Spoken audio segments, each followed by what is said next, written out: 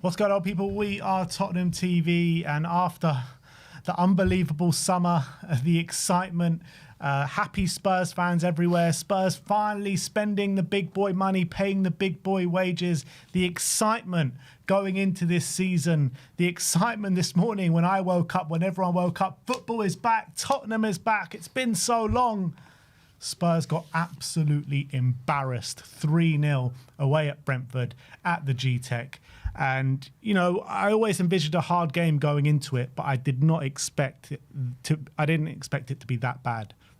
We were second best at every single level in every single area of the pitch. The second half was marginally better than the first half.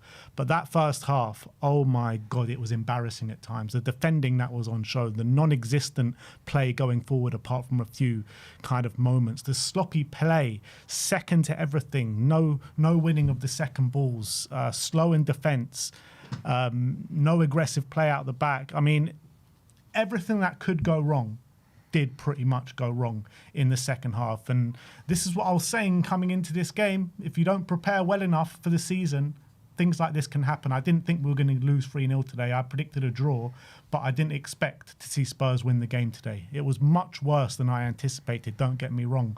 But the point still stands because I don't think Spurs have been ready for this current campaign. And Brentford, when you look at the preparation that they had, they're a settled team, not much change, not many players at the World Cup, and they came into the season a lot more ready for us. And it showed. That first half, the opening half an hour, the opening 45 minutes was just a complete shambles. It really was a complete shambles. There's not one player that you can look at on the pitch that can hold their heads up high at half time and say, you know what, I had a good game today, because they were all embarrassing, every single one. It looked like there were 11 strangers on that pitch that we've just banded together and put out there to say, go on, let's go and win a Premier League match. And it was never going to happen. It was never going to happen. It was marginally better in the second half, but the first half is what lost it for us. We were 2-0 down at half time, and it could have been a lot more. It really could have been a lot more. And look, don't get me wrong, I am fuming with that performance, and I'm upset with what I've seen.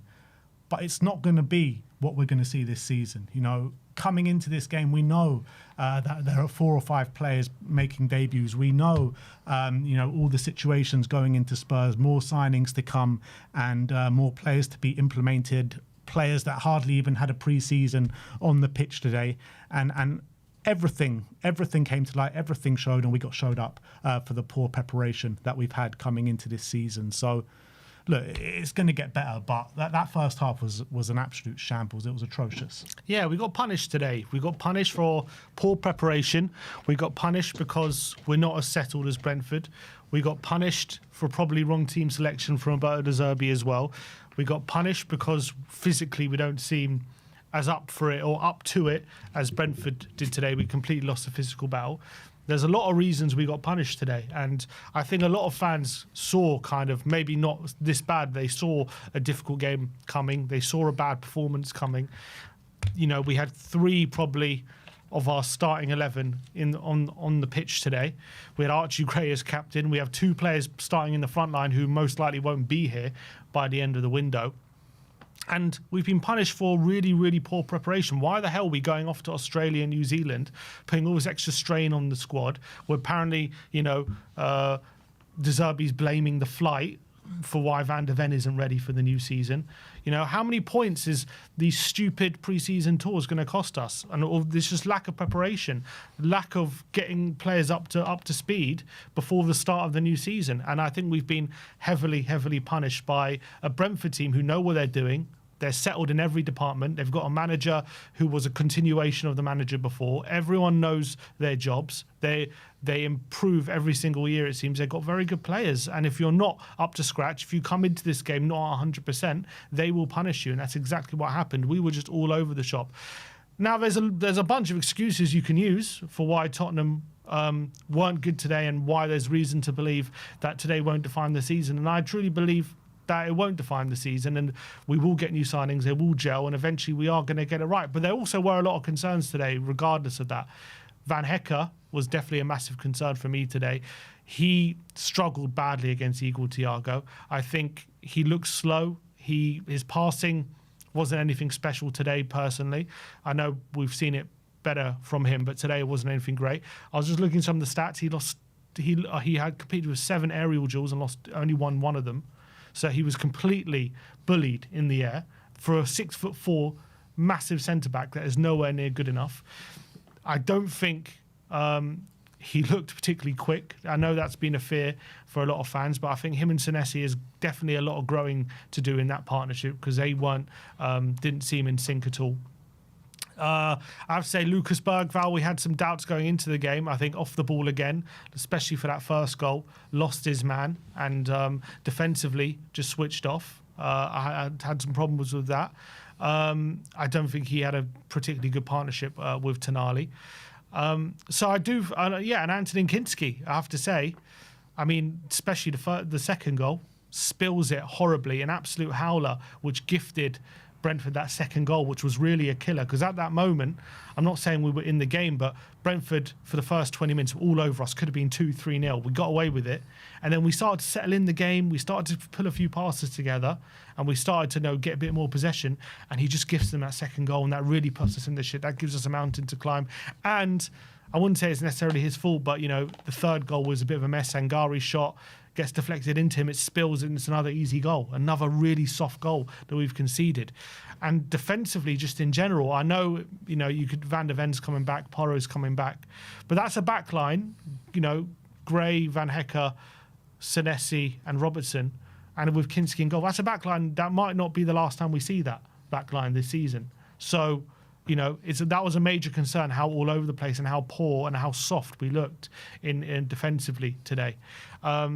But as you say, second half was a little bit better. I think I was looking at the first half, I was looking at some of the stats, and I think it tells the story of the game on the ball. First half, our biggest passing combination was Kinski to Senesi. That was our most often combination. And in the second half, it was Bentancur to Fernandes. So all of a sudden, you saw we were starting to get a bit more of the ball, started to connect it, started to get the ball a bit hard to pitch. And to be honest, we should have scored a goal. Mikey Moore had a hat-trick of chances. He should be burying one of those. And I think today was an example of maybe why he needs that loan move, because he's not quite up to it. When he had those, you've got to be clinical in those situations. If we get that goal early in the second half, maybe we can mount a comeback. Maybe that changes things. He didn't score, and we never really looked like getting back in the game after those moments, unfortunately. See, with Mikey Moore, like in the first half, you barely even noticed he was on the pitch. In the second half, he was the only one to get in goal-scoring positions. Correct. So I give him credit for getting into those goal-scoring positions, but those two, especially the first two, just complete lack of conviction in his shots. Basically a P-roller. The keeper won't make an easier save pretty much all season with the first two. At least the third one, he forced the keeper into a really good save. So I think Mikey could have ended with a goal, but apart from those 3 moments, and they're big moments in the game, and he should have put one away at least, he was pretty non-existent. So I think it shows today that he does need that loan move, 100%. Yeah, but in terms of the defence, what you're talking about, and maybe not the last time that we see that back four played together, it bloody well should be, because I said it, we said it coming into the game, there's not much pace in that back line. Mm-hmm. And we literally said it and rammed it home in the preview, and I saw people in the comments saying, oh, stop being negative, stop being this, stop being that. They got eaten alive. They got eaten alive by that Brentford forward line. And that Brentford forward line has pace. It has conviction. It has quality. And it's the first time, like you're looking at Robertson, first time playing with Senesi, first time playing with Van Hecke. They're all completely alien to each other. So you put them up with their slow pace up against a settled forward line. It was a recipe for disaster. Yeah, every time they got the ball, they were looking to play it early in behind our defence, and we struggled to really live with it. I also feel when we went, it was settled defence and set pieces. We struggled with set pieces today. This is one was also, I don't think they scored from a set piece, but well, maybe the third one was from a set piece. But I think when our team, when you're looking on the pitch, I was worried about us being bullied physically, because we don't have the most physical team. And set pieces, I think first contact more often than not was going to Brentford. We couldn't really live with them. We weren't aggressive enough. And then we had no outlet. Kinski was going long to Rishi. He was losing every long ball. Solanke came on. He didn't really change much. So we really struggled to get up the pitch. We had one spell, which is when we created the chances with Mikey Moore, when it seemed as though Tell and Robertson were starting to really link. and Tell was starting to get a bit of joy out of Coyote finally. And Robertson put a brilliant delivery in for Mikey Moore, and they were starting to play some good stuff together. But obviously, it didn't last too long, and that moment passed, and we didn't take advantage of it. Small positives, Fernandes. Yeah, good second half. Fernandes was really good in the second half. I thought he ends up with probably the most credit. You know, he came on, he was playing the ball really nicely, he was driving forward, he was showing quality. Yeah. And in the moments that we were going forward and we were looking a little bit dangerous in the second half, I thought it was very much central to him.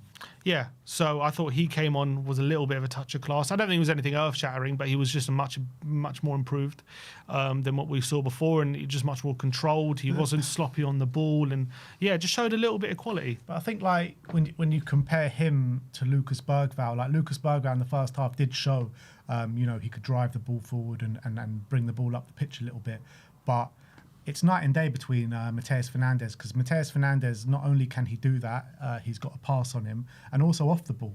He is just so much better than Lucas Bergvall. He just seems more in control of himself. Yeah. He's just so much more controlled. And obviously, you know, it's only a matter of time before he's in the starting 11. We know that. I thought Maddison, I don't think he was great when he came on, but he just looked a little bit sharper, and he was getting in better positions, picking up the ball in different spots. I felt like he was making these little runs and just made Brentford pull them apart a bit. And he looked a bit sharper than he did last week, so that was a little positive. I would say with Maddison, when he came on, he wasn't very much involved, like as soon as he came on. But as the game wore on and as he got more into the game, he was looking more and more threatening. Yeah. So that's a massive positive, because I think it's night and day from what we saw a week ago to what we saw today. Obviously, last week in the friendly, we saw, you know, very, very rusty player and a player that was not sharp at all. So it's very positive, in my opinion, what we saw from Maddison today. Yeah, he's still rusty. I don't think he's at his sharpest, but I think the difference, so I think the fact that he was a lot sharper than last week. Not to say he's like at his peak sharpness. He still looks like he's playing at 70%, but the improvement was quite big. So hopefully, if that continues, he'll be back in the starting 11, no doubt. I think De Zerbi got it wrong today, to be honest, guys. I do think De Zerbi got it wrong, because I was saying in the preview, like in this game, let's just give the back four a bit of protection, because we know it's not our first choice back four. We know it's a slow back line. Let's just give them a bit of protection. I don't think there was any need to play Lucas Bergvall, and I think our best avenue to keeping the ball out of our own net was to play two more kind of defensive thinking players, two players that can really screen that back line. And if we played a Tonali with a Bentancur, maybe they could have screened that back four a bit better. And I think they did do that in the second half a bit more. He did give away a penalty, Bentancur. Look, 100%, yeah, fine. He gave away a penalty, but I think we looked a lot more kind of not vulnerable. We looked a lot more safe in that second half than we did in the first half. And I think Bergvall was just leaving all sorts of gaps in that midfield. And I think if you would have played a Bentancur alongside a Tonali, I don't think that would have been the case. Yeah, I think it was a mistake. I think there are reasons he started him, and I think it's because he wants to prove that he wants him here and values him, and for those reasons. But we were saying before the game, weren't we, in the preview? I think to get this result and for the betterment of the game, it's probably not the right thing to start Bergvall in this game. You probably want a bit more maturity. You want a bit more kind of physicality in that middle as well. So obviously he got hauled off at half time. I also think a Gallagher man in that 10, I don't like it. I never have liked it. I don't think I ever will like it. So I don't know what we do about it, because he's here. He's one of our top earners. He's not really I don't see him getting a spot in the 8 position regularly with Tonali and Fernandes and other players ahead of him. He's playing in this 10 position, and the lack of quality, man. I hate it. His touches are clunky. His passes are his passes are poor. I just don't like it. And he got hauled off at half time as well. And I don't think De Zerbi liked it either. Yeah, look, we've mentioned it so many times throughout pre-season. He's not a 10 in a De Zerbi system. He might have created a few chances from his pressing and his work rate. That didn't happen today, but it will happen as the season progresses. I have no doubt about that. And I have no doubt about as well, like, I don't think he's going to be a starting player on De Zerbi once we get all our players fit and ready. As soon as Maddison is ready to start games, he'll be starting in that number 10. So in terms of Conor Gallagher, I'm not the biggest fan of him, and I don't think he should be starting, but I don't think that's going to be his role this season. I think his role will be a squad player, and I don't mind that too much. I mean, I don't mind it. It's not the end of the world as long as he is a squad player, if you know what I mean. Like, he gets squad player minutes, but I think at the start of the season he won't be. He's going to be starting probably for the foreseeable, but he just seems like an odd one out. He just seems like he doesn't fit completely, and it's no surprise to me that clearly De Zerbi was getting frustrated with him. That's why he took him off, and I don't think what we gained with him off the ball in this game specifically minimised what he did on the ball, and it wasn't making up for it. He wasn't doing enough off the ball today anyway to make up for his lack of quality on the ball. Look, for me, like when it comes to Gallagher, if we can get some money for him, honestly, I'd heavily consider selling him, because I think he ain't going to be... I don't think he's going to have a future here. And I know it might sound reactionary based off this one game, and maybe if, I don't think it's based off this one game, though. It's based off what we've seen since he's come to Tottenham. Yeah, he just doesn't seem like it's ever going to fit, especially under a manager like De Zerbi. Like, I'm sure if he was playing for Brentford, he'd maybe look like a different player. Maybe he'd be fitting for them. But I think what we want to do, I don't think he's ever going to fit here. So I don't know what we do about that, because he's on big wages, and I'm getting really sick of his performances, to be honest. And I don't think it's his fault, because it's just he is trying. He puts his all in. It's just who he is, and that's it. Like, I don't have any ill feeling towards him. It's just I don't like how he plays football. That's it, really. Yeah, I don't blame you, to be honest. I'm pretty much in the same boat with you with Conor Gallagher, but look, you can't rate his effort. You can't knock his effort, because he gives his all into every game. I think if that's the last of we're going to see Richarlison in a Spurs shirt. He's gone out with a bit of a whimper today. Shame. I thought he put in an absolute stinker of a performance, Richarlison. Bullied. I mean, hold-up play was non-existent. I think, did he even... we were trying to go long to him a lot in that first half, and every time he lost it. Like, every single time. Well, I can tell, let's see, if when it comes to aerial duels... Did he win one? Where is he? 1-0. Yeah, not surprising. So, yeah, he's gone out with a bit of a stinker. Look, there's not many players that can hold their heads up high after that game. Senesi was small, he was all right. Senesi was probably the best in the back line. I thought Matheus Fernandes probably ends up our best player on the pitch overall, so it was a decent debut from him. But look, I think it's important not to go overboard here, because we're still... I don't look, obviously it's a tragic performance, it's a terrible performance, but I still believe that things are going to get a lot better for us this season. We've got so many players to implement. De Zerbi is, he's got so much work to do to bring the cohesion back to this team. Like I said before, it looked like 11 strangers on the pitch, but when you look at the lineup today, that is very far from the lineup that De Zerbi, in my opinion, that De Zerbi envisages for this football team. Still Mickey van de Ven to come back, Maddison to come back to full fitness. Hopefully, you've got Savinho, Marmoush, and potentially even a Cody Gakpo to come into this team. You've got Matheus Fernandes to be integrated from the start.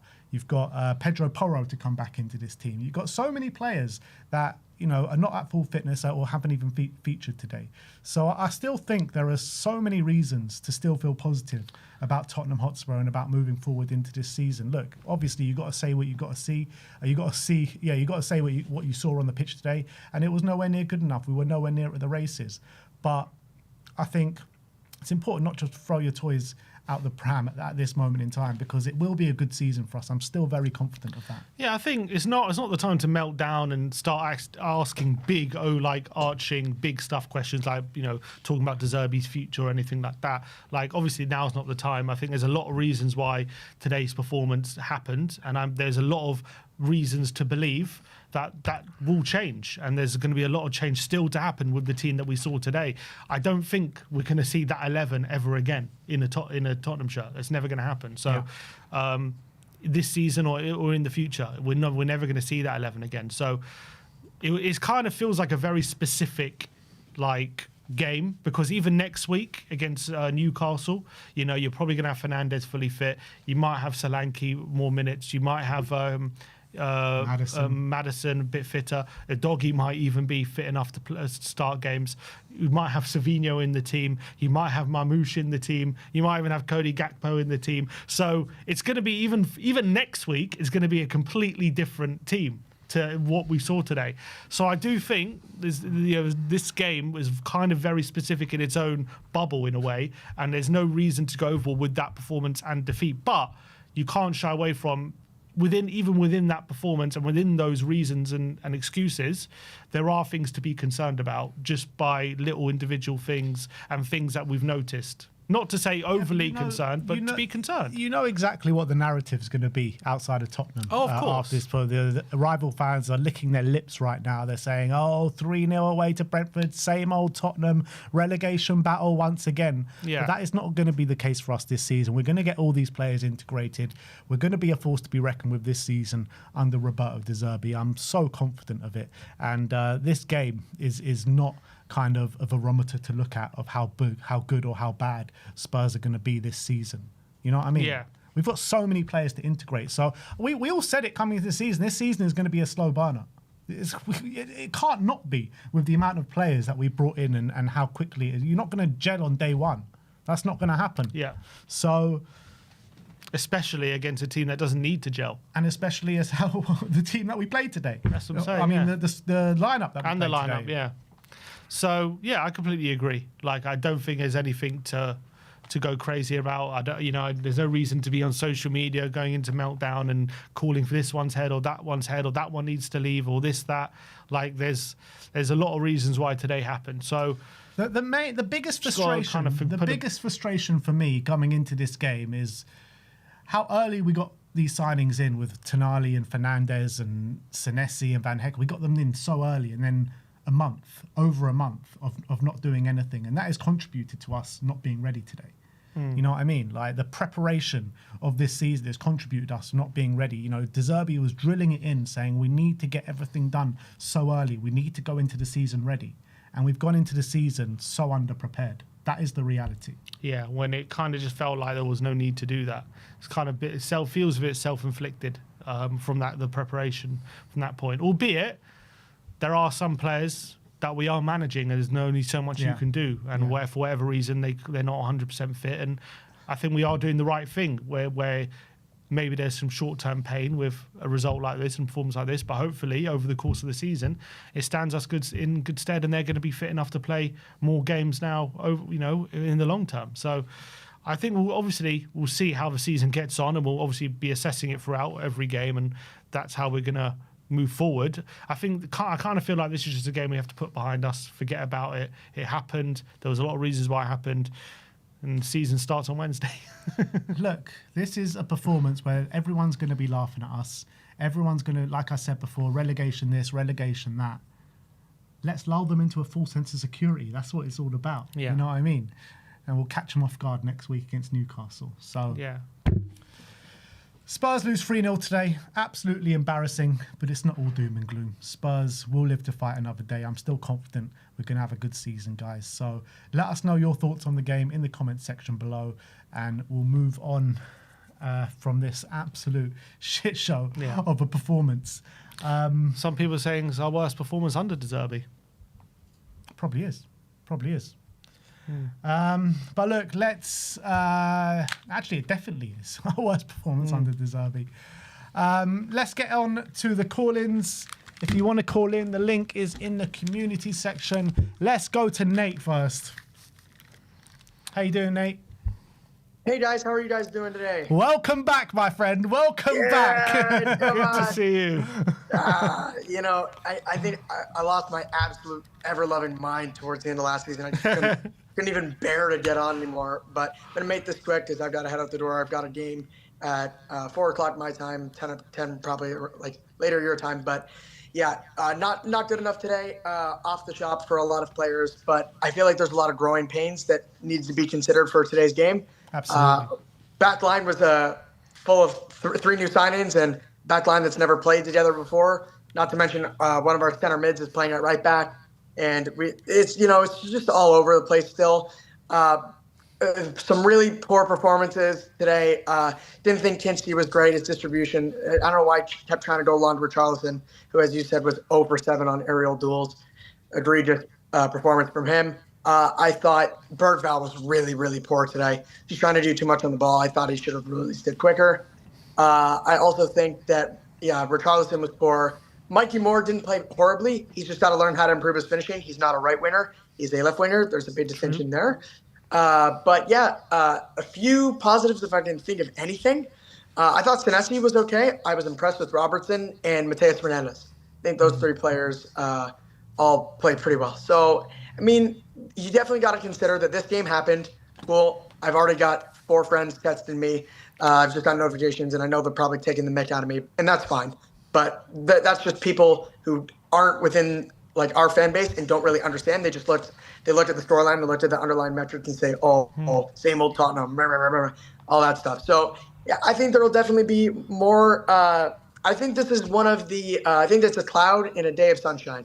I think this is going to be a great season for us, but every now and then you'll get a little bit of rain, and it's not all perfect. But yeah, I'm going to head out quickly because I got to get going. But I just wanted to come on quickly, wish everybody hello, and give my thoughts on the game. So short and sweet, Nate. Short and sweet. Just like me in real life, 5'5". So yeah, there you go. All right, nice to see you guys. Take care. No one, Nate. Big up, Cheers Nate. for coming on. Big up. That really was Nate short the and sweet. Great. Not even one question. That was it. Came in and out very quick. Let's move on then. We got Ardy. How you doing, Hi, Ardy? guys. Yeah, I'm good. Well, sort of after that performance, but it is what it is. It's the world of Tottenham. We're all used to it. What I wanted to say about this game was basically that we should be a bit worried about, because you guys were given the blasé approach to this game. It was going to happen. There was no problems. It's just all the players are going to come back next week and it's all going to be fine. I think there are bigger problems. I think this game showed us that there are bigger problems. I'm not saying I'm taking us down the table 3 positions after this, but I don't think you can just look at that and just wave it away and go, "Oh, I'll be fine next week." I think that's pretty disingenuous. So Ardy, what are those problems for you? What did you notice today? What do you think could snowball into bigger things? Well, let's go through it. I mean, everybody needs to take blame for that performance. Let's go from the bottom up, I guess. Kinski's had 7 good games. He's had 7 good games in the last year. I don't care about preseason. I've never ever cared about preseason as like a serious judge of anything. Results, performances, like where a player's at, what their ability is. I've not cared. I've never cared. It's just a fitness exercise by and large. I know that, look, if people televise a game, then people are going to judge it. Because if people have taken 90 minutes out of their day to go and watch a game, they will make judgments out of it. So if Chelsea plays on a pre-season friendly, then people will, have to rate him high, or they'll have to think there's some kind of repercussion or consequence. When there does, I don't think there really has to. So if we're talking about Kinski, I mean, he had 7 good games at the end of last year. Before that, let's be honest, he was a disaster. Not just I'm not talking about the Atletico Madrid game. He was a disaster before that. So I think goalkeeper is an enormously pivotal position. And I think we're going into the season in terms of goalkeeper on a huge, huge risk. I think it's getting underplayed how much of a risk we're going into that situation with. We're going into a season with a goalkeeper who hasn't really proven himself at any level other than the Czech League. And we're just going, yeah, it'll be fine. And like when most games for Spurs, the majority of games, he's thrown in, if not a clanger, he's thrown in a pretty big problem of a performance. So I think when you look at that goal, look, that goal's not his fault. All round, there are the big problems there. But we have to look at him. And I'm not saying we have to go and buy a goalkeeper in the last, week of the transfer window. But that is something we have to look at as a problem. And, I don't think we can just hang our hat on him. And I think Deserving needs to make a serious analysis on whether he is at the level to take us through 38 Premier League matches. Do you think, with a week left of the window, per se, would you think that's something we need to be addressing? He shouldn't make any emotional reactions to this game. That's not what he should do, or the Rafi Mawson or Venkatesham or whoever's making the transfer. They shouldn't make any emotional reactions. But they should seriously think about whether he is at the standard to take us through 38 games, And I think we should see what's out there. It might be too late, to be honest. I don't think we can get, a starting goalkeeper from a team now. So it's a bit of a moot point in that respect. But it's something that is now concerning me, like, a lot more than it was before, I think.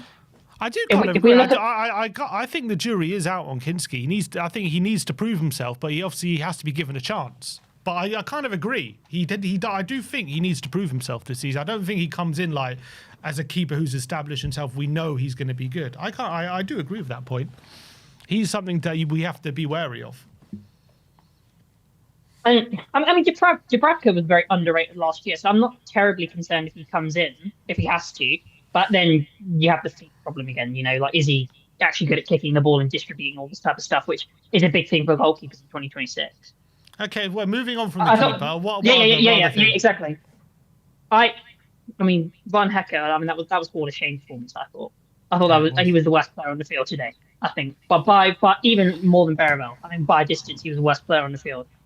And I think I'm not concerned that he's a bad defender, because he was part of the back line at Brighton that conceded the third least goals in the Premier League. He's a good player, but I've seen people go online on Twitter about the back line's too slow, it's not physical enough, all this type of stuff. I was much more worried about just pace from what I saw on the pitch today. Much more worried about it. Like, the guy, first of all, I thought we might get a draw today because I thought we were going to be composed on the ball and we would be able to play it around Brentford and retain the ball enough, and they would kind of hit us on a few counters, like similar to how Andy's first game was. Very similar template. I thought maybe they'd hit us on a set piece, something like that, but we would have enough control of the game to get a draw, and maybe the front line would let us down. I think that was probably what most people were thinking. But Van Hecker couldn't get his passing at all. Like, their pass that was going out of play, going to no one. He looked nervous on the ball. He looked scared. And then at his actual defending, if you ignore the pace aspect, which I think is obvious, his box defending was shambolic. Box defending. He was losing headers. He was in the wrong positions. I know it's his style to come out, like it was Romero's style to come out, and that cost us goals, but he was coming out in all the wrong times, all the wrong places, leaving so many gaps behind him, and they were just exploiting it for fun. I think that's a big tactical weakness if he's going to keep marauding out of his area and leaving us exposed like that, because he has not been that successful so far at winning the ball from high positions. I think Senesi was a lot better than him, but Van Hecker's a big worry. Big worry for me from that performance. I'm not writing him off. He's not a flop. But. So Kinski, Van Hecker, any more worries? Anything else to go? Yeah, quite a few. I think everybody knows about Berreval. Jesus, okay. I mean, that was a disaster pass. I mean, and I suppose from that you go, okay, I'm happy. I want to keep him around, actually, just because of the homegrown numbers in Europe. Like, if we're in Europe this time next year, it's better to have him than nobody. Because the alternative is if you don't have a club trained player, it's nobody, right? So we should keep him around. But I'm sure Tinelli will be better than today. I think Fernandes is a very good player. But where's the depth? You have to ask that question as well. Where's the midfield depth? If we get any injury to either of them throughout the season, I think we're in big problems, because I don't want to be playing Berreval. Bentancur was a bit better, but I don't really want to be playing him too much. It was I think he's coming towards the end of his career. Maybe that's a bit harsh, but he's kind of coming towards the end of his career. He's had a few significant injuries. And I'm not going to talk too much about up front because we know what the problem is. I mean, we know Richarlison doesn't have the first touch. We know that guy goes to the floor every time he receives the ball. It's not a breaking news. It's not a secret. So I think we need to reevaluate our expectations a little bit long term. I think we have to look at a performance like that and go, damn, it might take months to put us in, like more than 2-3 months to put ourselves into a shape where we're getting Champions League level results consistently. And by that time, by November time, we might be out of it. We might already be 8-10 points off the pace. So I am a bit worried. It's a very negative look, I suppose, to go into the season when you spent 350 million, whatever, on transfers. I know Marmoush and Savigny are probably coming, which is good. But they don't solve the problems I saw today. So a lot of issues. Van Hecker coming in, Van de Ven coming in, he'll help. Udogie coming in may help from a fitness perspective, but I don't know what your guys' thoughts are on that, because I think we've got a lot of long-term problems. Look, that game did show a lot of problems today, but like I said, it's nowhere near the first choice lineup that we're going to play. And on top of that, there will be some gelling issues that we're going to need to see throughout the season. Bergval's not going to be a starter for us. Mateus Fernandes is going to be that starter in central midfield. Van de Ven, alongside Van Hecker, it will start to look a lot better because we got that recovery pace at the back. The forward line is the forward line. We know the issues there. So what about Tonali? A lot Tonali? better. What about Tonali? He's 100 million. What about Tonali? He's a £100 million player. I'm not right. Again, I'm not saying he's a flop. I really like Tonali. I think it was a great decision to sign him. But this is where you have to temper it because it's just one performance. He's a £100 million player. You know what I mean? He's got to be able to get a grip of that midfield. Moises Caicedo is a £100 million player, and he had an absolute stinker on his debut for Chelsea, and now he's one of the best players in the Premier League. I'm not writing him off, but what I'm saying is, we can't go overboard. We can't go overboard on all these players right now. It's the first game of a new era. We're trying to integrate so many players at the same time. You know what I mean? Let's just give them a break. Well, you guys had the call-in show. I'm going to review what I saw on the pitch today. I'm not going to, review what I might see in 3 months' time. You know what I mean? I'm just saying that there are concerns. I'm not writing this off. I'm not saying season over, see you guys next door. That's not what I'm saying, right? I'm just saying that I would have thought that Tonali would have been able to use his superior fitness and his positioning ability to slow down the game at 1-0 and, provide a little bit of a break on it. But I think that he put in a pretty anonymous display and misplaced a few passes. So I think if that's what he's going to do when we get overrun, we might need to think maybe of something a bit tactically different. Maybe instead of playing 4-2-3-1, play 4-1-2-3 or 4-3-3, basically with a proper defensive midfielder, and have him, sitting there and having him more the space at the field to make better passes. That could be something we look at. But I don't think you go from the performance we saw today and you just run into next week and it's just, it all clicks. That was such a poor performance. It doesn't just go bam overnight. There were chronic problems is what I'm saying. Ardy, we'll have to wait and see how it progresses, but thank you so much for coming on today, my friend. We'll see you next time. Cheers. Nice one, Ardy. Big up to Ardy. Let's keep going, people. We got George Orton in the house. George, all that excitement for a 3-0 loss. How are you feeling today? Spurs have got to get you gassed up just to shit on you. I always say it. They've got to break your heart by getting your hopes up. Spurs are back, George. We are really back, and we saw it today. We are back. Yeah, mate. What a shit show that was. I mean, let's start with the positives. No, on to the negatives. I'm joking. Maddison looked a bit better and got minutes in his legs. Other than that, maybe Robertson looked better than I thought he did in pre-season, but pre-season you can't really judge him because it's pre-season. Other than that, I don't have any positives. I think Spurs fans, as we all know, are very, very reactionary. I mean, football fans are in general, but Spurs are top tier. So I hope it doesn't go too far in the way of what I can see happening of people saying, this is clearly not good enough, like what I've seen on X the past couple of weeks. The window's not over. We know what we're looking at. We know what we're going to hopefully be getting in over the coming week. But at the same time, I hope it has tempered expectations of everyone saying that we're going to definitely get Champions League because it's the Premier League. I mean, even if we won this game, we're not definitely going to get it. It's a hard league. But that being said, I'm glad if this result was going to happen, I'm glad it's happened now in the first game. We know what we have to work on. It's going to get everyone's guard down a little bit. We're gonna obviously, as fans, get a lot of stick from other fans of other clubs, especially. I mean, it wasn't even like 30 minutes into it, and I was getting bantered by my boss at work, who's an Arsenal fan. So, I mean, I'm kind of glad on that front.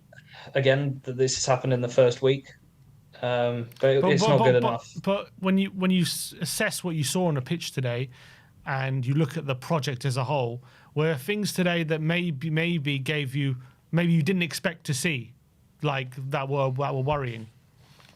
Yeah, Frankel. To be honest, but talking about that under Frank, it was a complete opposite. Our first 2-3 games of that season, first 3 games if you include the Super Cup, were absolutely phenomenal when we thought we were going to win it all. Complete opposite this way around. So hopefully it does temper expectations, and I have trust in De Zerbi where I didn't in Frank or Tudor, that De Zerbi can like pick out what needs to be worked on and get the players to do it in a positive way. I think Frank was kind of always kind of like almost looked down on by the players, and Tudor just bullied the players. So I think De Zerbi's man management style will come in helpful there. But Van Hecker scared me today. Really, really scared me with how bad he looked. I couldn't believe it. It will look a lot better with Van de Ven alongside him, though, won't we? Because it was something I was saying in the preview. I don't know if you saw it, but the pace in that back line with Robertson, Senesi and Van Hecker, I mean, it's just a recipe for disaster, isn't it? Yeah, yeah, it really is. But on that performance, I don't care whether they play left centre back or right centre back. I'd rather see Senesi with Van de Ven. I think Senesi's more of a Romero style player who will push up the pitch and get his body more on the line based on what I saw today, and let Van de Ven sort of cover the back. Whereas Van Hecker, being completely honest, I haven't watched him play enough to know that that's definitely what he's going to do. I'm just solely going off of what I saw today. What were has your expectations changed from maybe pre-kickoff to now? No, and we all knew it was like all the football fans knew that this was going to be hard. I didn't think we were going to be as bad as we were, but Brentford were as tough as I thought they were going to be. Um, don't forget, obviously, lots of players were out of position, as you said, and it wasn't our first choice lineup. So, I mean, my heart, as people in the comments would have seen, just before kickoff, was saying 3-1 win, but in my head, I thought we'd be lucky to get a draw. And I mean, yeah, it was worse than anyone could have predicted. But yeah, as I said, it's glaringly obvious what we need to do. We need more up front. A lot of players that we've got either aren't good enough or aren't good enough to at least start. That's my opinion. I think a lot of pressure is put on Tell when people forget his age, as I said on the pre-season fan show that I did. They forget his age. He could just be used as a rotation and just get him minutes if and when we can. Mikey Moore, as you said, needs to go out on loan. I think he needs one more season on loan. Then we can start doing the same with him and keeping him on the bench and bringing him on in cup games. And when we're 3-0 up, just giving him like experience that way. Then the pressure comes off their shoulders. And when you're that young, I reckon the pressure is really like restricting them. Because they had when you've got Richarlison in the middle with fucking springs in his boots, the ball gets played up to him. What can they do? They've got all the pressure on themselves to hold the ball up, turn, face up their man, or pass it off into the middle. Where it almost looked like today, every time they passed it into the middle, the ball was lost. And what Ardy said just now about Tonali, I really don't get that point of view, because it almost looked to me like Tonali was covering 3 positions in midfield, and he was just getting so stretched about the place. That's what was making him not as good as what some people would have expected. But when you've got Burwell playing like he did today, and Gallagher playing, for me, that's probably Gallagher's ceiling today. I really don't rate it. You can't blame everything on him just because he's a £100 million player. Well, onwards and upwards, George, eh? Fingers crossed. I mean, you can't get lower than where we are. We're stone bottom of the Premier League table, but it's going to have to be upwards, because I don't think we're going to get relegated. I don't think we're going to finish bottom half of the league. I still think top 6 is doable. I think people should temper their expectations. We're not guaranteed to get Champions League, but they should also not get too down about today. It's one game. It's the first game of the season. A relatively new manager, lots of new players, lots of gelling to do, and there's no magic wand. Yeah, agreed. Simple as that. George, always a pleasure to speak to you, my friend. We'll see you next time. Big up, boys. Thanks for having us on, and big up everyone in the chat as well. Smash the like. Big up, George. Come on, you Spurs. Big That is up, George. Always a pleasure to have him on. Look at this. Is this a new person we're getting on here? Wow. Stelios. Stelios, you're looking like 20 years younger. What is going on? Oh, it's the You're beard, on he can't mute, mate. Sorry, shave the beard. It's gone. Yeah, it must be that. Shave the beard, the full head of hair. Loving it. Yeah. I'm living the dream. I'm a millionaire. I've got a yacht. I've got a helicopter. It's amazing. You're still a Spurs fan though, so you got that. Yeah. I live next door to Joe Lewis now. Don't know if you've heard. We both live next to each other. We're neighbours. But anyway, still, Spurs are back. Listen, guys. I'm gonna. You know me, right? You know me. I know. We know you. Right? If De Zerbi ever does that again, right? If De Zerbi ever does that again, I want him gone. I don't want him at the club. Yeah, 100%. 100%. One more performance like that and you want him gone? No. It's the decision-making he made. That starting 11 was an absolute abomination from him. This manager, I like him a lot. This manager for me is the right manager for Tottenham. But that doesn't excuse him from doing absolutely mindless things. No manager gets excused, none. When he first came to Spurs, he dropped Tell, he dropped Gray, he dropped all the kids, he dropped all of them, stabilised us, and we stayed up. The reason we stayed up is because he stabilised us and stopped Project Youth. Why has he got Archie Gray as bloody captain? If you're a senior pro like Senesi or Maddison Robertson, or whoever you are, right? And you've got this kid as the captain, it's a joke. It's an absolute farce what De Zerbi did today. I don't know why he did it. I don't know what he was thinking. Well, it's because he's fourth choice. He's fifth choice captain, Gray. Gallagher was captain of Chelsea. Senesi led the back line at Bournemouth. Robertson has captained Liverpool games. What are you doing with Archie Gray as your cap? It was insane, man.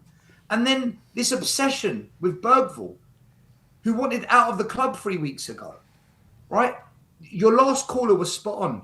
Tonali got thrown under a bus today, guys. He's a top player, but he's not a miracle worker. He's got Bergvall in front of him, who isn't an 8. He's got Gallagher in the 10. Gallagher is not a 10. He's never been a 10 other than in a defensive team like Palace. When he was at Chelsea and he was captain, he was in the 8. So why is he playing Bergvall and Gallagher? And your technical players like Maddison, Fernandes, Bentancur, your technicians that can keep possession, that can link up with Tonali, they're all on the bench. Yeah, but maybe are they fully fit? They haven't really had much of a pre-season. We'll give one of them a first half and give another one the second half. They all came on. They all played. It was bonkers. So he gave the players who started the first half and then they came off at half time because they weren't doing it. Too late. The game was done. It was too late. Bentancur should have started instead of Bergvall today in the midfield. 100%. You cannot, I don't care who the manager is, you cannot start Gray and Bergvall and Tell. It does, guys.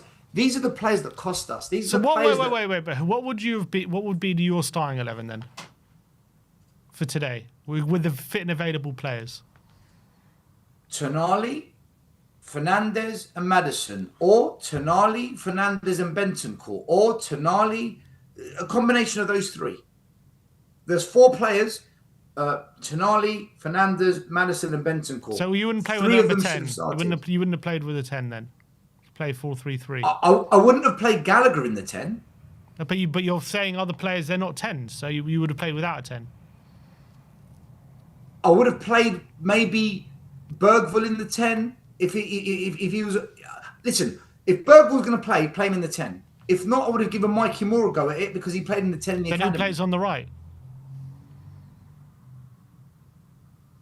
Well, we had Tell, we had Richie. Yeah.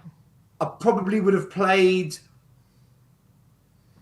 maybe Gallagher or maybe Williams-Barnett And you, Probably wouldn't, Williams, and, Barnett. and you wouldn't have complained if we had another stinker with those players starting, or if Gallagher on the right. You're saying too Sim. many kids, and you're saying more in the 10 who's 18. No. and you- I never said too many kids. I said the players that he dropped to save the club, he's played them all again. All the players he dropped to prevent us from being relegated, he's now said, right, go and play the first Premier League game against Brentford. And then we wonder why it went to shit. You can't go and spend the money you did on Tonali and Fernandes and then drop Fernandes for Bergvall. I think the was reason wild. Fernandes didn't play today, because clearly he probably wasn't fit enough to start the game. Then start Bentancur. Yeah, that's what I would have done. Right, but he didn't. Agreed. He I said didn't. I said De Zerbi got it wrong today, 100%. This is what I'm saying to you guys. If but you're he complaining does about that Tell. ever again, You're complaining about starting Tell, but who would you have played on the left today? The wingers were the wingers today. That's all we could have done on the wing. listen. The front three, I don't blame him. Okay, I don't blame De Zerbi for the front three. That isn't my biggest issue. My issue was Gray as a right back. If Gray is going to be your right back, then don't bloody sell Spence until you get cover, because you had Kai Martin, Ty Hall, and Malachi Hardy that all shone pre-season. They're defenders, play defenders in the defensive role over Archie Gray. Archie Gray got skinned, rinsed, all right? And you make him captain. That's so when the chips are down, when you're 2-0 down, it's the captain you look at to raise you. Come on, man. Archie Gray's not that material. He's not made of that stuff. It's unfair to ask Archie Gray to try and help the team when we're going through a tough patch. That's what captain's supposed to do. That's not Archie Gray. Listen, if De Zerbi ever does that again, I'm not backing him. That was mental what he did today. Apart from the team selection, do you think we're suffering from what's been quite poor pre-season preparation-wise? Well, I came on your show 6 weeks ago and I said, I'm really worried that we've done all these transfers and we haven't fixed the attack and it's going to bite us. And you saw it today. Everything I said on your show 6 weeks ago, the video's out there, you clipped it, it happened today. 6 weeks ago, I raised the alarm about, guys, I'm worried we're doing this wrong. I really think we need to fix the attack first because it's the worst part of the team.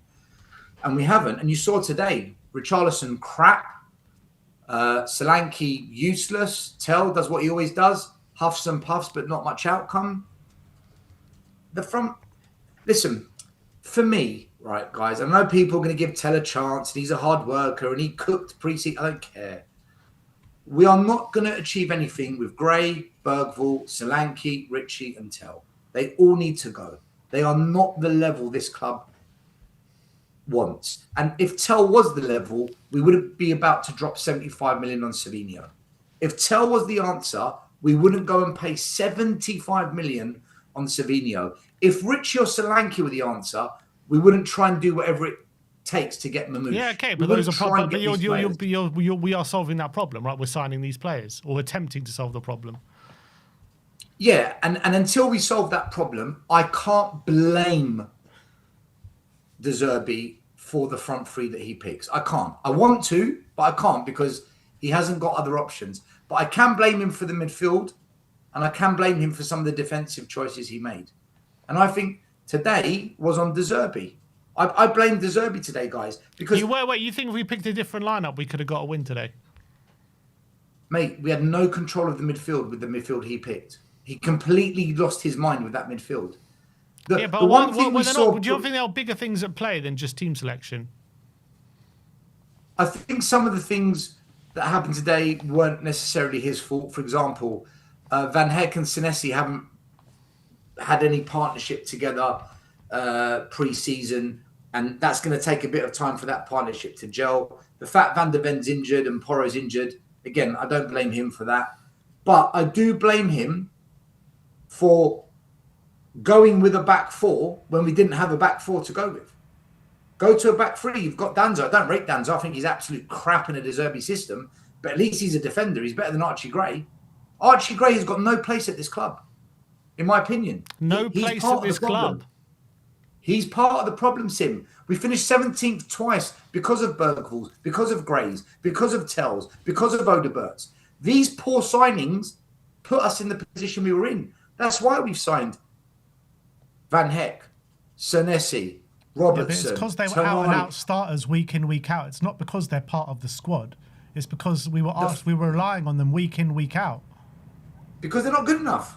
They're not good enough, Ben. They're shit. They're young players on a path. They're not shit. They're not shit at all. These are the excuses that cost us. These young players played today, and look how diabolical it was. Correct. This is what happens when they play. We're shit. Like, if that was Thomas Frank last season, everyone But would the idea is not to rely on them like we relied on them today and how we relied on them over the past couple of years. We're fixing that problem when we've bought players to play instead of them. Every time they play, we lose, Ben. Every time they come on that pitch, we're terrible. They shouldn't be at Tottenham Every Hotspur. time Gareth Bale played for the first 18 games, we lost as well. Yeah, but Gareth Bale was one, not 5 kids that play at once. Yeah, we right? should never They be playing them all at once. I collectively- agree. Listen, if you want to die on that sword, die on that sword. But I've seen enough to know that these players are not good enough for Tottenham Hotspur. They should not be at this club. They are not the level that we need, which is why we're spending mega money to fix it. We wouldn't be spending mega money if these players had something about them, had some kind of pathway where you would say, you know what, you're going to do really well at Tottenham. I'm sick of this emotional sympathy crap. I'm sick to death of just give it time, be patient. Oh, they're going to come. Guys, we've been doing that for too long. This can't be the way forward for us. But I it's don't not mind the one way or two forward. We're youngsters. spending 400 million this summer. Yeah, but, so that you're going against Ben's argument. No, Why is he going against my argument? no, not at all. Are you happy with Gray, Bergvall, Tell all being at Tottenham Hotspur? At the Happy club, them at yeah. the club. I'm not happy with them being our starting players So how can you be happy with them being at the club if you're not happy with them starting then? because we've got better players to start the games with. They're good So players. why are you happy with worse Because players being at the they're club? good up and coming players. Everyone's got good up and coming players part of their Based squad. on what, Ben? What makes them good and up and coming? We just got pounded 3-0. What is good about them being there? They're good players. They've shown good Based traits. on what? What are you can't basing this blame, madness You can't on? blame everything just on 3 kids. That's not my question. My question is, what are you basing them being good on? Where is your evidence to back that up? Watch them play. They're good players. I did. We lost 3-0. They had bad Archie performances Gray got today, but it was destroyed a today. it Tell was- did nothing today. Look, I've never Bergvall said got Archie pulled Gray off. shouldn't be a right back. He shouldn't be a right back. He's a midfield Bergvall player. got pulled off, Ben. I agree. Bergvall got hooked at half time. Right, so how's he good? Where's your evidence?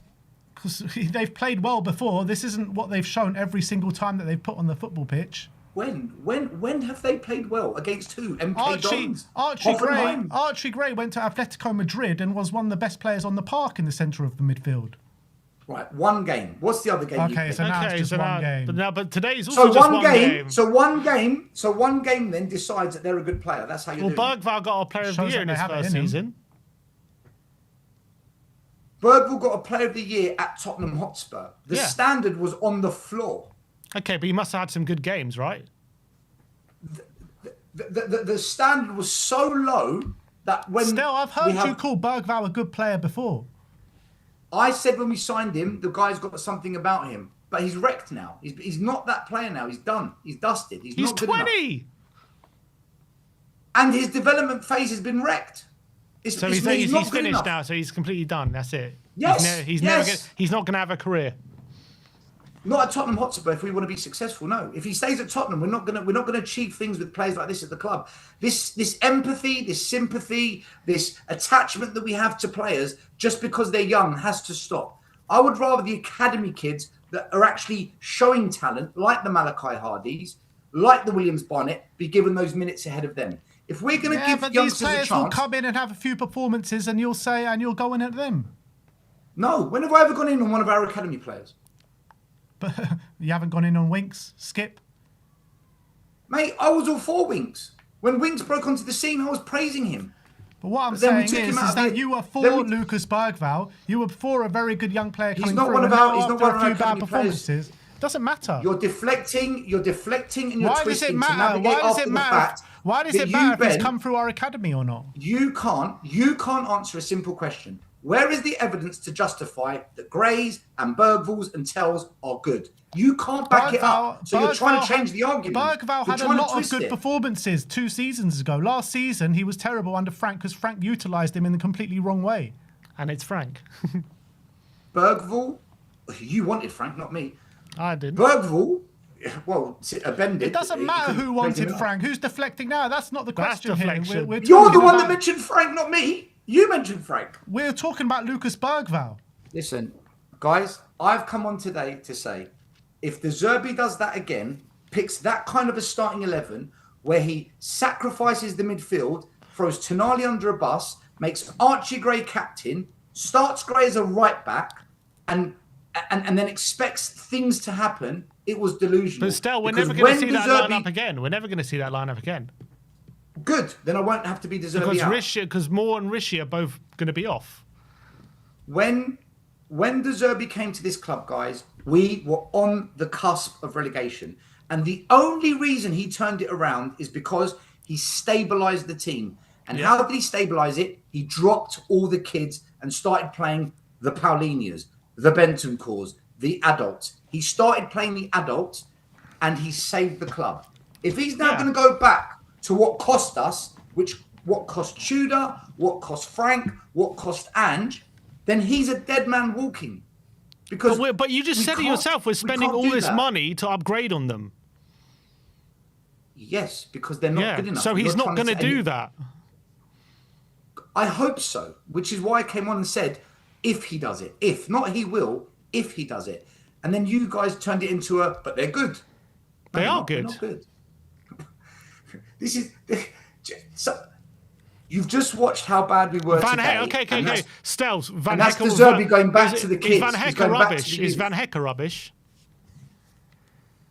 Van Hecker, for me, is a player on an upward trajectory who had a shocking game today. I thought he had a shocker. Mm-hmm. But Why did he have a I want to shocker? give Van Hecker more than one game. I've seen Archie Gray for 3 seasons. I've seen Tell for 2 seasons. I've seen Bergvall for 3 seasons. I've seen Richarlison for 4 seasons. I've seen Solanke for 3 seasons. Those players are not good enough for this club. Richie, Solanke, Tell, Bergvall, Gray, these players do not belong at Tottenham Hotspur. I'm sorry, if you want to defend them, you're allowed to. It's your opinion. I'm not here to tell you what to say, right? I've just come on, it's a call-in show, and I'm saying those players, along with the Ben Davies, should not be at this club anymore. It's going to take time to get rid of them. I agree, which is why I'll be patient with it. But if he does that again, what he did today, guys, it's on the manager. ENIC have backed him. They put money on the manager, right? Mm-hmm. We saw pre-season that when he doesn't necessarily, in fact, you can't judge pre-season because we played shit teams. Can't judge pre-season. We played crap teams. We saw in the Premier League when he came here that he went with tried and tested players and it worked. He's got to stick to that. Stick with the tried and tested players. Play 1 youngster, 2 youngsters. Yeah, but that will be the plan. That will be the plan moving forward. And Sim, if he does that, I will not have any moans or complaints Still, we had whatsoever. probably three of our starting 11 today. We have 3 players coming in as new signings, probably, most likely. Definitely 2, probably 3. The next week is going to be a completely different team. But then he puts Bergvall in the bloody midfield. Bergvall cannot boss a game of football. He cannot play in the 8. It was nuts. It was insane putting Bergvall in the 8. Okay, fine. I understand that, but Bergvall and was Gallagher is not not a 10. This playing Gallagher in the 10 is... When you play possession-based football, the 10 has to be a creative spark. Otherwise, it doesn't work. When you play a more defensive-minded game, like Palace did a few years ago, Gallagher can play in the 10 because they're not playing as a creative spark. It's a different way of playing the 10. Today, he played him in the 10, and it was a disaster, man. Absolute shocker. You've got to play someone that's got something creative about them. But we have 4 10s out injured. What can we do? Well, you've got to play someone that's got something creative about them, whether it's a Moore, whether it's a Fernandez, someone that's got something creative about them. Like I probably would have put Bentancur in the 8 and Fernandez in the 10 and told Fernandez, look, I know you're going to play slightly out of your comfort zone, but you are creative. You do have technical ability to play a killer pass. Just do it for today until we get our injuries back and whatnot. To put Gallagher there was nuts. I just don't get it. Okay, my main point, just going back to De Zerbi and everything, regardless of what happened today, and you're angry about what happened today, but based on what you saw today, are you concerned about De Zerbi and the project this season given the fact we're about to sign 2 attackers, maybe 3, today wasn't really our first choice 11. Like, do you have concerns, regardless of the points that you're making, about this whole De Zerbi project? I don't have a concern about the project long term, no, because like I said, I like De Zerbi, and he at half time said, right, Bentancur on, Fernandez on, Maddison on, Archie Gray, this is the disaster, Udogie on. He does recognise it, because when he had his first game for Spurs, it was at Sunderland away. I think we lost 1-0. Mm-hmm. Right. After that game, he changed it. Yeah. Right. He gets it. That's why I trust De Zerbi. I'm not anti De Zerbi, but today I honestly think De Zerbi lost his frigging mind. I went live an hour before kickoff on my show, and everyone that came on said, "What the hell is this starting lineup?" And all my comments were questioning it as well. I just think today, just this one game, De Zerbi had an absolute bloody stinker. What I don't blame him for is Van Heck and Senesi. I don't think they played well together, especially Van Heck. That's going to need a bit of time to gel. Richarlison, I think, is crap. I think Solanke's crap. I don't rate Tell. I don't blame him for that because he's trying to get Gakpo, Mamouche, and Savinho. So he recognises it. Mm-hmm. So do I think going forward he's going to do that again? No, I don't. But if he does, I'm sorry, I can't accept that because the last 5 years has been hell. It's been bloody hell at this club. And if we're going to go down this road again, no. Which is why I said if he does it. I don't think he will. I don't. I hope he doesn't because today, guys, honestly, man, it was so difficult to draw any positives from it. But I thought today we might draw 1-1 because I don't trust the attack. My prediction was 1-1. We're lucky it wasn't 5 or 6-0. It was so 100%. Bad. It was, and I'm really gutted about Mikey Moore as well because he had some chances to score and he didn't take them.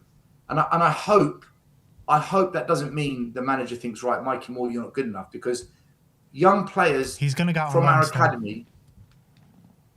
Well, then it doesn't matter. But to be honest with you, if we replace Mikey Moore with Gakpo, I'd take that all day long anyway because Gakpo gets you 10 goals a season. Yeah. I'd rather someone that actually guarantees us goals. Can I say one more thing, guys? Is that 1 second, just before you do, is that enough to go into the season with if we go in with Savinho, Tell, Marmouche, Solanke, Gakpo, and Kudus? I mean, that's more than enough, isn't it? Yeah, look, once we get Kudus and Xavi Simons back, it's a massive boost. Like they're two of the most gifted players in our squad. Yeah. Kudus is a baller. Simons was just beginning to get into his own, and then he got that bloody injury. So those two alone will be like 2 £60 million signings, you know. But I think Kudus is still a while away. Simons we're not going to see till next season. I'm worried about Maddison, guys. I don't think he can hack it.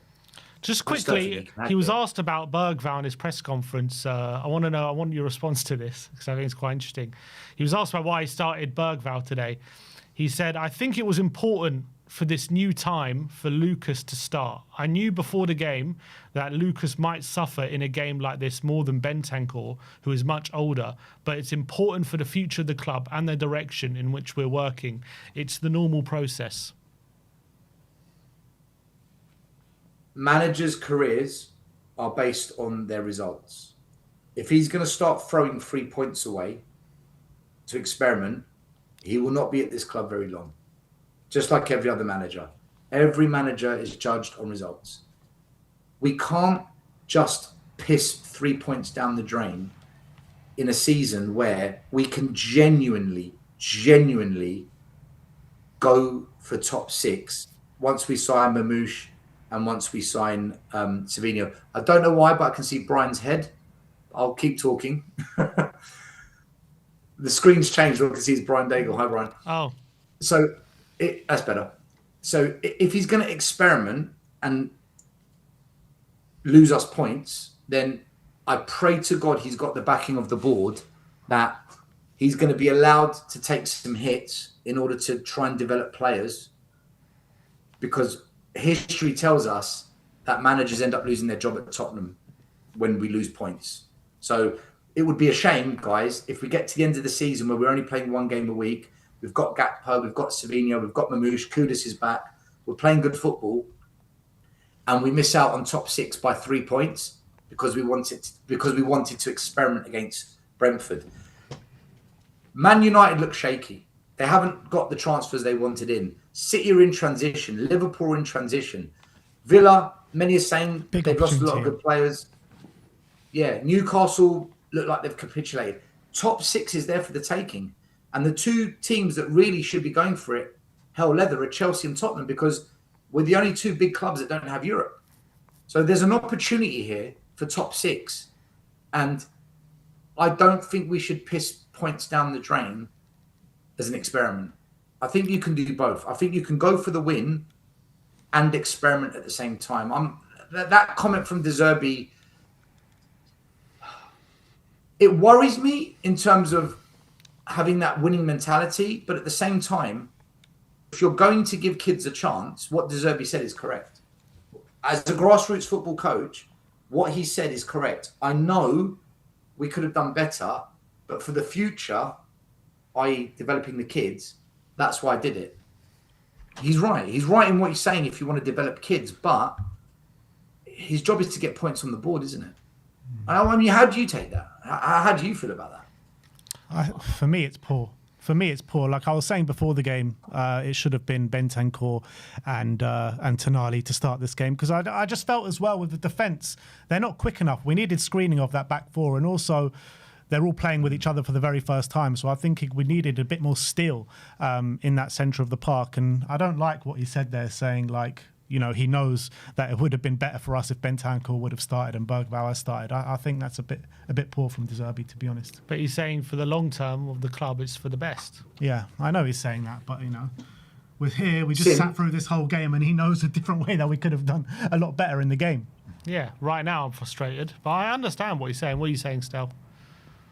If De Zerbi is saying things like that, then I just pray to God the board really are going to stick with him through those painful moments, because there's going to be more of those painful moments like today if this is what De Zerbi's saying, and you will get the rewards in the long term eventually, but the board have got to stick with him, and I hope they do, because that's, for me, I don't think today is any reflection of what's going to happen this season, right? Yeah. I'm just angry because I think De Zerbi could have done much better today, and I expect him to do better because I highly rate him. If I thought he was a shit coach, I wouldn't be angry. I'm like, he's crap.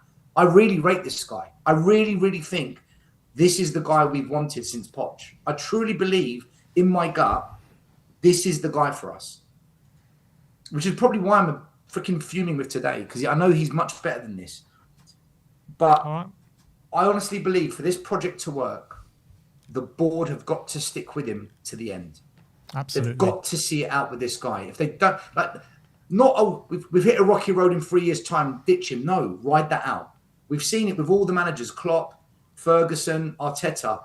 The clubs that rode it out, they all got the fruits at the end. So I just hope to God this new Enoch ride it out with him. Otherwise, you know what? I just give up. I can't give up. Stel, always a pleasure to have you on, man. Always a pleasure. Listen, big up to the biggest Spurs fan channel that lets everyone on and have their say. Whether you like what I say or not, at least these guys let everyone come on and say it. So big up to Ben and Steve.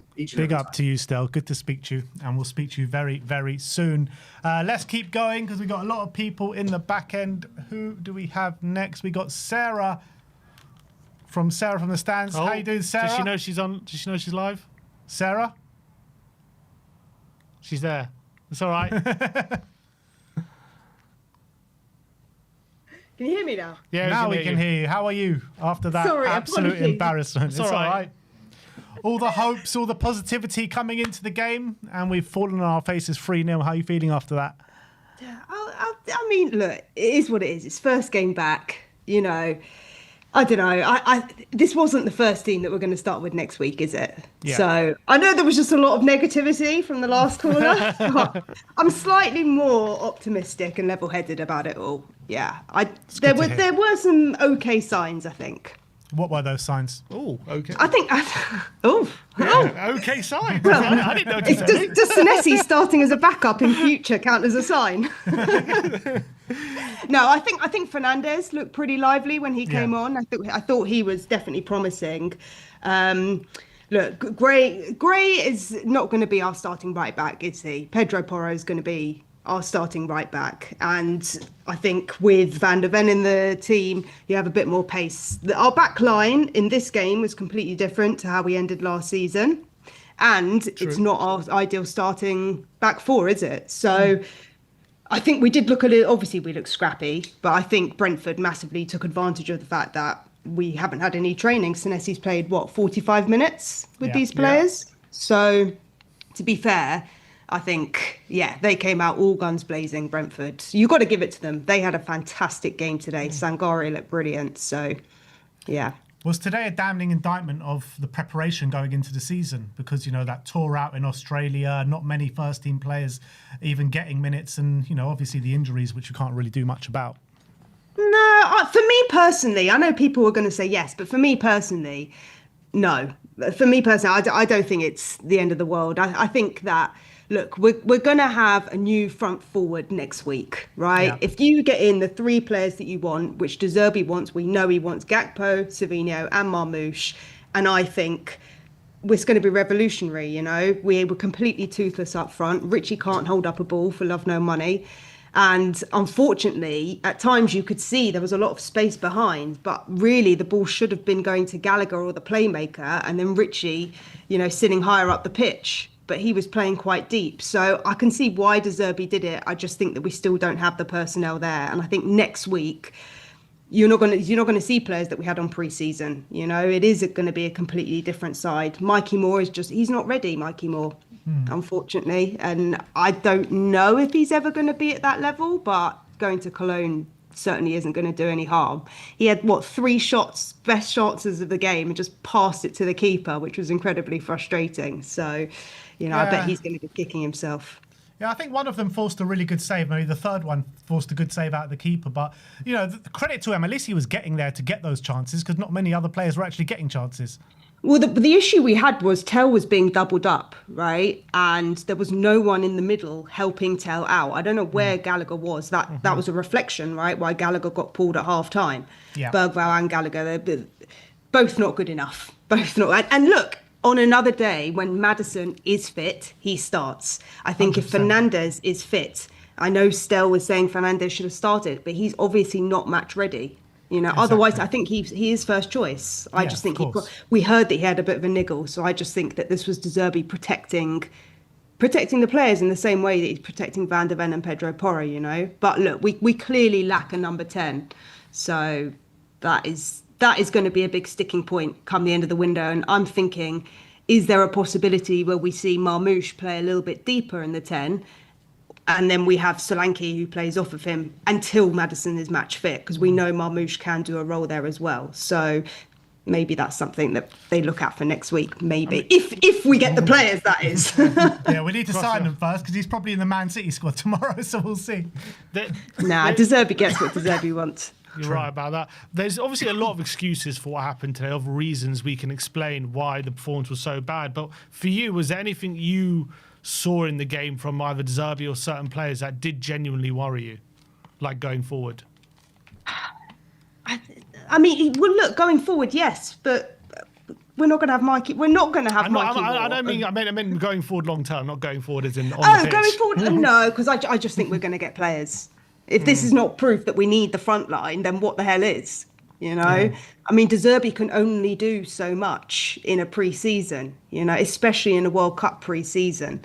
So I'm not overly worried. I just think, guys, we finished 17th, and we got to be realistic. It is going to take time to rebuild that confidence, get as De Zerbi was saying, instill this soul within the team, because you turn up against a team. Brentford is a settled team, right? They've got a lot of stability. They're just reinforcing. And so they're in a completely different place to where we are, So I'm not overly worried, guys. Like, look, Hull haven't beat Man United since 1949. It's opening weekend. Anything can happen. Ipswich won today. So it's the start of a very, very long season.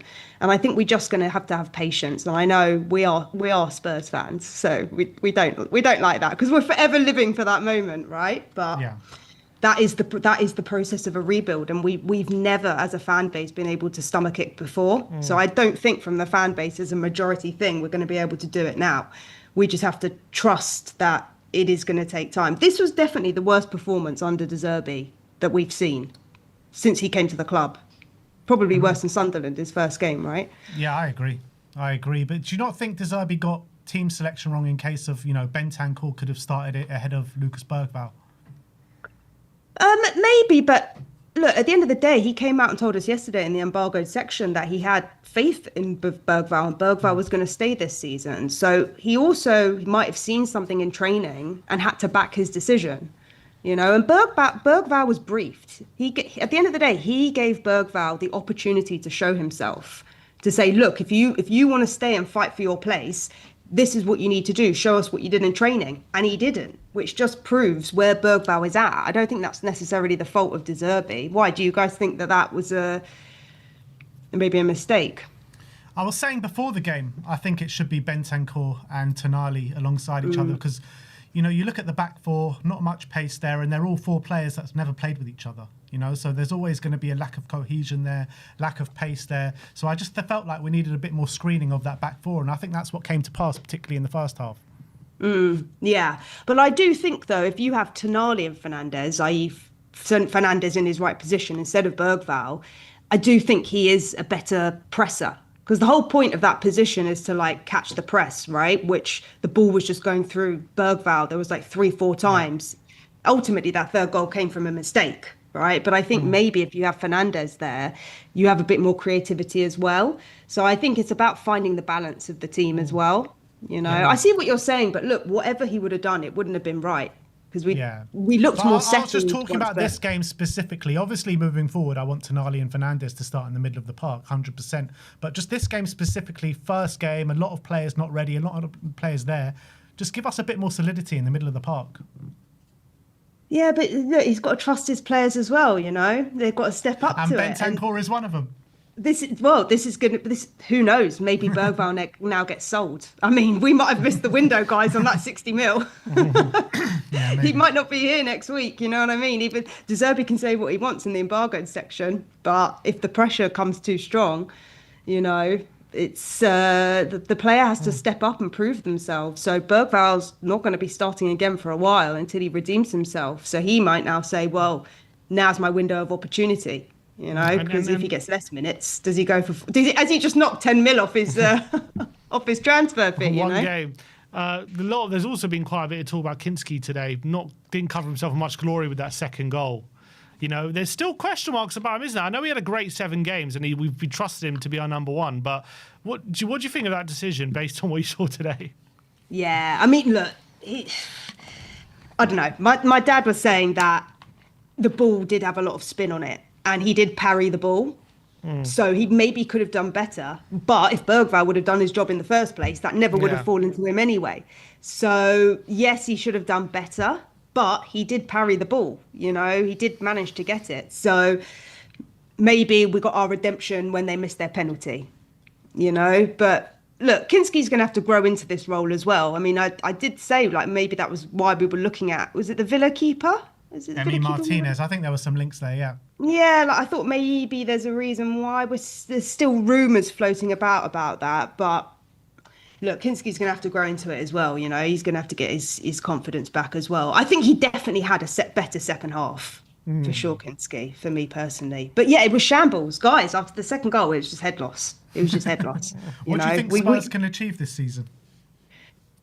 Ask me after the transfer window closes. If De Zerbi gets what he wants, and then you've got to allow 8 games for us to get a run together and get confidence as a squad together, start growing as a team, I don't think we're going to come into form until probably November at this rate. But we got to remember where we finished, guys. It's a humbling pill to swallow. Definitely is. It definitely is, but I'm not overly concerned. I don't think we get relegated, which is progress, right? Anything above 17th then this season is progress. Yeah, look, guys, we're going to Charlton on Wednesday. Well, they're coming to us. Well, they beat West Ham today, whenever it was. You know, West Ham missed a goal, penalty at the end. So anything can happen, you know. Yeah. All right, always a pleasure to have you on, Sarah. Thanks for coming on. Cheers, guys. Keep Nice to up see the you, Sarah. faith, guys. Keep the faith. We're going to get the signings. Don't worry. Absolutely. See you later. See you later.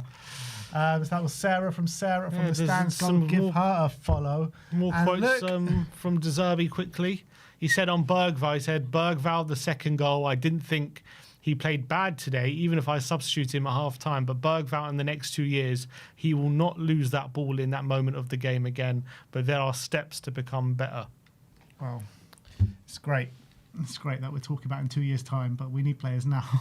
We're getting players now. No, I'm joking. And then De Zerbi, he says on his team, he says, we need time. I think we are much better than we showed today. So from Wednesday, we can show our qualities, and we can show who we are. Even if we win on Wednesday or Saturday, we need time to become a team. Yeah, that's absolutely spot on. We do need that time to come team. But it's time for a bit more positivity. Some would say the professor of positivity. Not the professor of truth and entertainment. No, the professor of positivity. Here comes Mr. Daigle. Daigle, big up to you. all the Big up to positivity you. going into the season, all the signings, and we've completely fallen flat on our faces. 3-0 loss away at Brentford. Talk to me. Well, first of all, big up to you and big up to everyone in the chat. That was a huge anticlimax, wasn't it? You The could say that build-up again. and the hype to all this, and like, yes, Spurs are back, here we go. And then they did that. I'm exhausted. It's been a long day. I haven't been asleep. Last time I woke up was 1:30 Friday morning your time. Bloody hell. And I've got to go to sleep after this to get back up for work. So I'm running on fumes. Yeah, that really was an anticlimax. Thankfully, there's 37 games to go to correct it. Look, there were some really poor moments in that game. And I think the only positive to take out of it is hopefully that shows just how badly these forwards need to come in. And Spurs need to not just be waiting around now. They need to be ruthless and say, right, Liverpool, if it's Cody, right, Liverpool, we're not waiting for you. What do you want? And Marmoush and Savino have to come in, and possibly some others. But that's the one positive I take from it today, that it could be the catalyst to bring those forwards quicker. But like I said, like everyone is saying, De Zerbi's got it terribly wrong today. And managers do that. Players have bad games. It's the first game of the season. And we move on and we go to Newcastle, and hopefully we have a much better performance. We have much more first-team regulars back. Van der Ven, hopefully, Porro.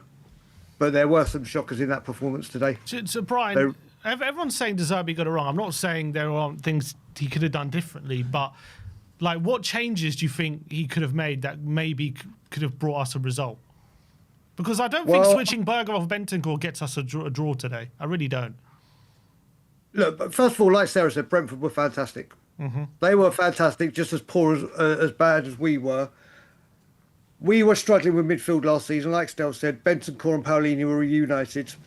And when Bentancur came back from injury, he had a big impact, a real big impact. And then Paolini came into the fray and got the goals. I do think he would have made a difference. Maybe not on the outcome. I really thought today we'd get more chances, because that midfield, I thought we'd bully them, not they'd bully us. And we just looked lightweight. Man, that Sangare just bullied us, didn't he? He was a beast in the middle. Look, their first goal was very well constructed. Well, you say it was very well constructed, and it was, but I mean, our defence was a shambles there. No one picking up their men, second to everything, chasing shadows. Yeah, I mean, we've done a few updates of it. I would, if 50 million comes in for Bergvall, I'd snap your hand off like I would have done earlier. I just don't think he's gonna be a player for us. And the reason I think it is, you look at what he did for the second goal.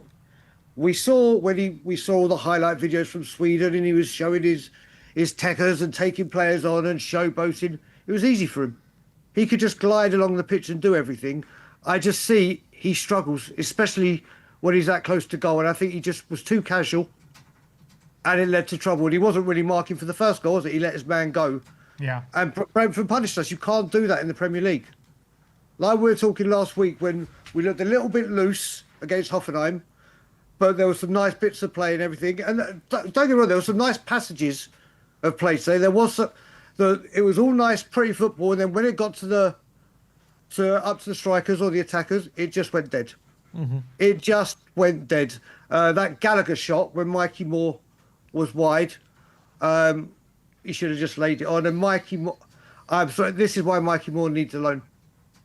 He's not ready. He's nowhere near ready. In fact, the first two chances, those should be. If he was in a Rangers shirt, he probably puts them away. Last season, the form he was in, and you could just see he didn't look on it. He didn't look comfortable. And this is why these reinforcements need to come in. But Bergvall, I just don't. For me, he is a priority to get out. And maybe De Zerbi's saying the 100% just to keep things safe. Maybe there's something in the offing, and managers lie and do poker. And no, but he was asked about Sarr, and he was honest. He said, "I don't know if Sarr is staying, but why wouldn't he?" Doesn't have to do the same for each player, Sim. Why lie about one and not why? Well, I don't understand that. Well, we'll find out. Neither do I, but we'll find out. And then he starts him today. On top of that, I think that's a clear. No, but I think that's a clear signal that he's staying. Is my point. Well, I hope not. I have to say, I really hope not. Bentancur should have started. But do you know what? At a push, I might have even started Fernandes, because if you're going to think about playing him for the second half. If he played the first half, said, right, we'll get 45 minutes out of you, who knows what Tonali and him could have done in that 45. Get the game done and you take him off in the second half. But it's all coulda, woulda, shouldas, isn't it? Yeah. It's all coulda, woulda, shouldas. And Charlton next, and obviously Newcastle, which is a massive game. But I'm not going to panic over one game.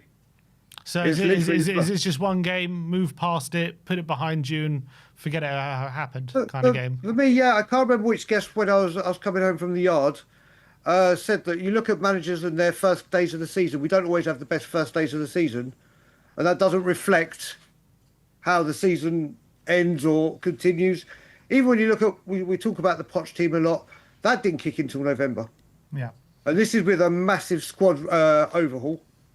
Still new players to come back in.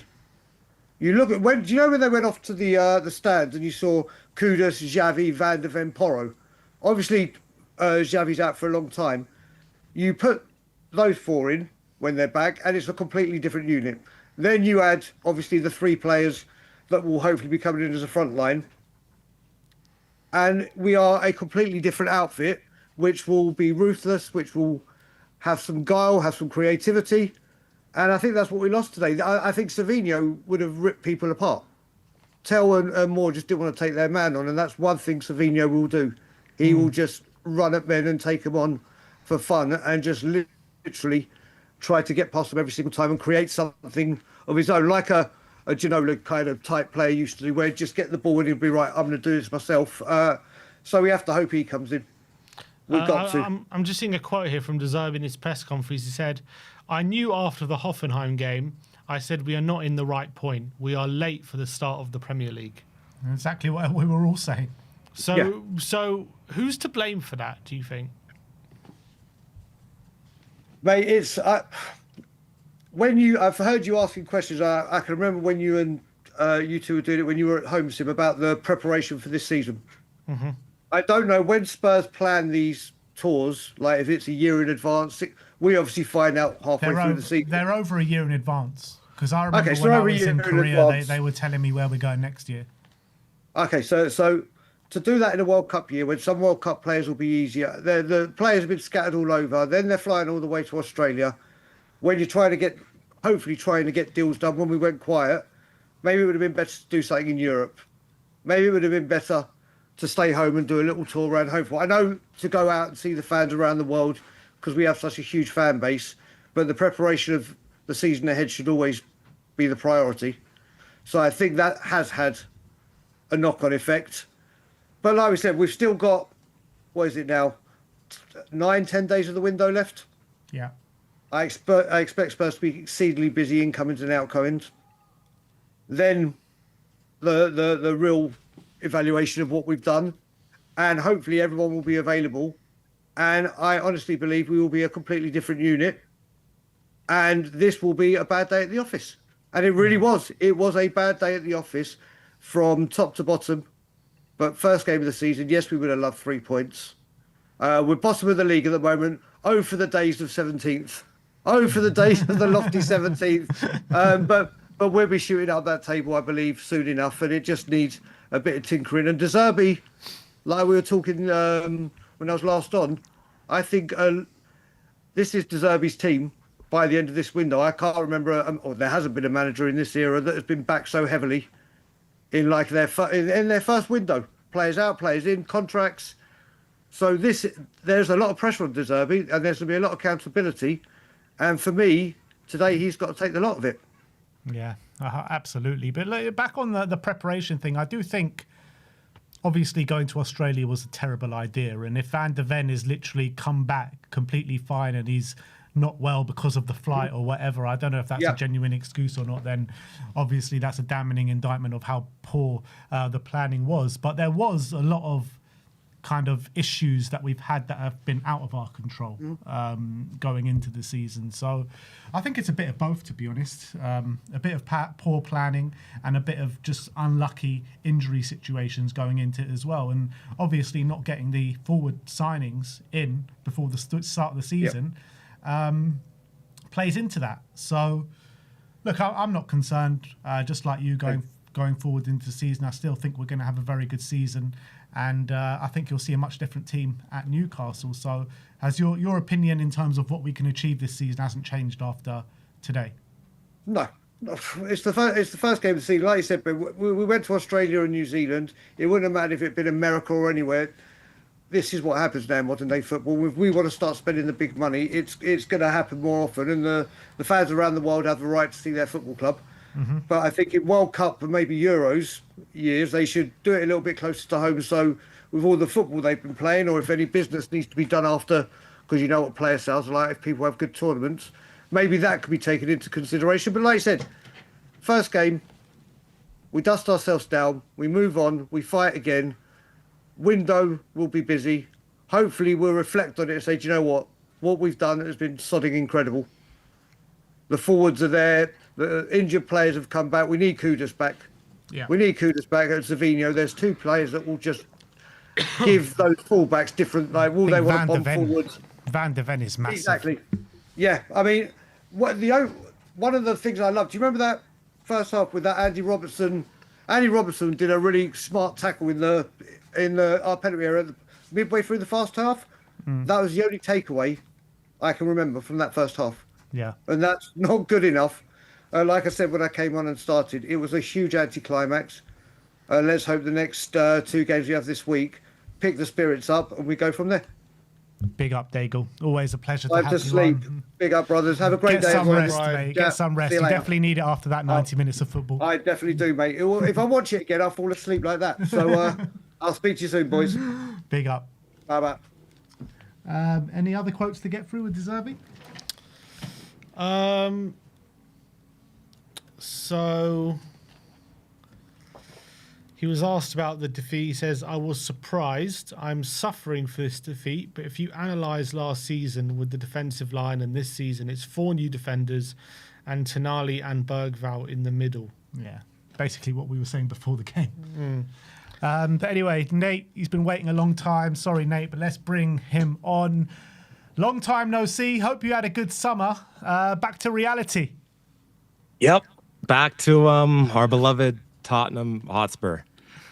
I don't even know where to start. Honestly, I had what I wanted to say before, but listen, everyone, I was kind of like conflicted. I'm not going to lie, guys. Stella was kind of speaking facts. I'm not going to lie. Listen, when it comes to that game, it's always tough because it's the first game of the season and we know we can't take too much into it. If we go and slap Newcastle up next weekend, then everything's perfect, right? But I think there are some glaring issues that we can already see. First of all, Senesi, Van Hecke, Robertson, Gray, that backline cannot play together. They're way too slow. Yeah. Balls over the top, balls in behind. It was a threat every single time. They're way too slow. I think that's one thing that we have identified that can't really work too well.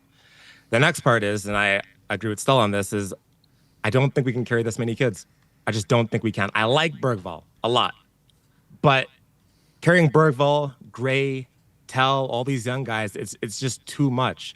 You know, ideally, like you look at like the, you know, like the cities and all the other bigger clubs, like they usually carry like one or two, right?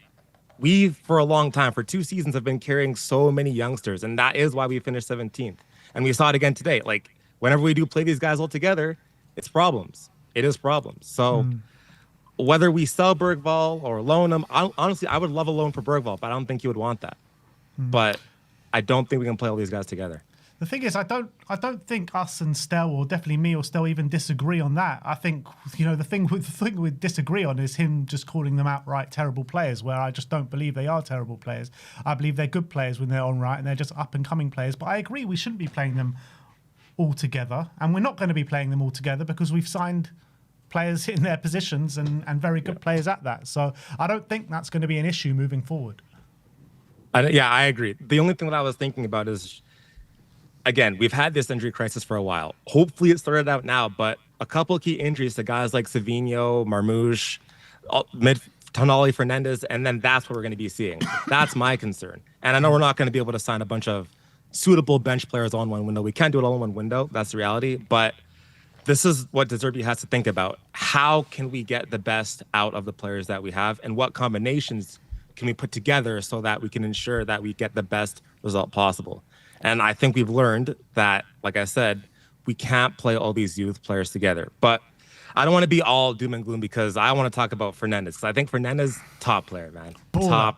Top player. Proper baller, man. He wasn't, like, spectacular, but you can already see this guy is going to be so good for Spurs. He's commanding the ball. He's telling players where to go around the pitch. Quality player, Fernandez.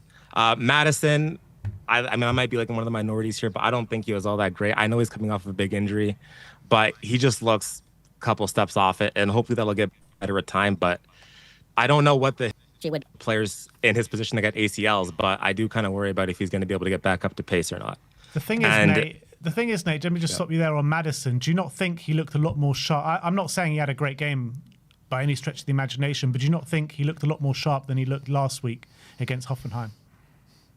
Yeah, listen, I think he did, but like I was talking about this before, like on one of my streams, like we've been so crap for so long that the reality is, like, what Madison did was pretty much bang average.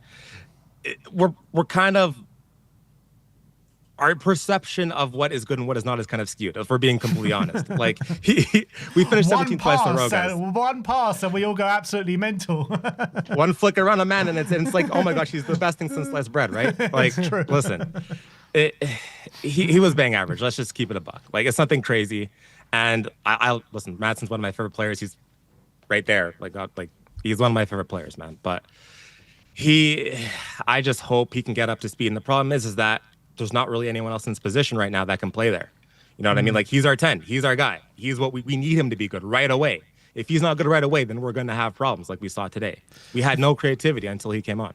Until Fernandez came on. The thing is, I'm not talking about Maddison in terms of how good he was, but I'm talking about match sharpness, match readiness, because last week he just looked like he wasn't even ready to be on a football pitch. I think this week it was a bit of it was a lot of an improvement in terms of his match sharpness, and then you hope next week it will be an even bigger improvement. So I think he's going in the right direction. Yeah, I mean, like, his fitness is going up for sure, but I guess I was more so talking about the technical ability, the passing, like what we know Maddison to be.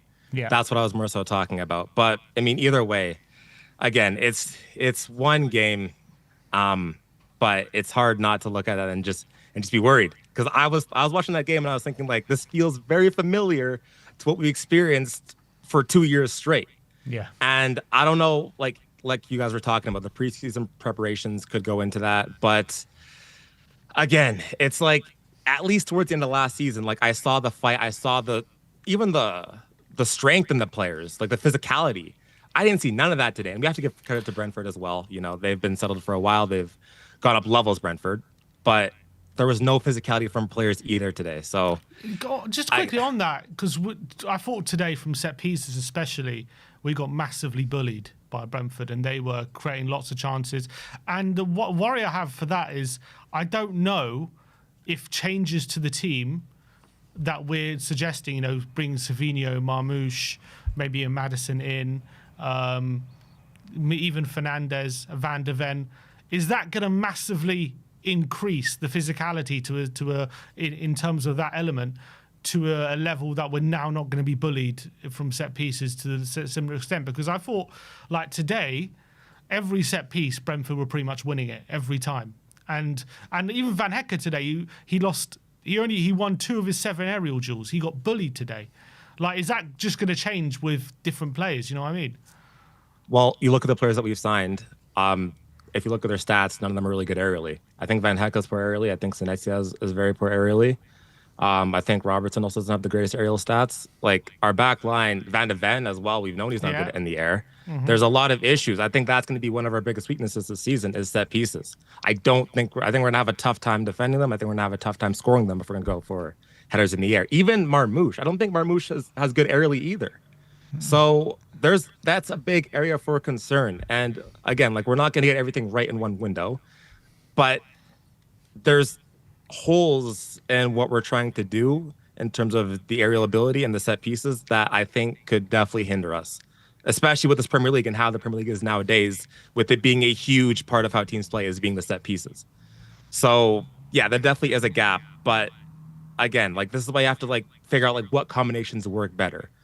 Like, is it going to be good to put a bunch of non-physical players in the midfield when you should maybe have one physical player in there to settle things out, get that balance? Playing Bentancur today would have maybe helped that as well instead of Bergvall.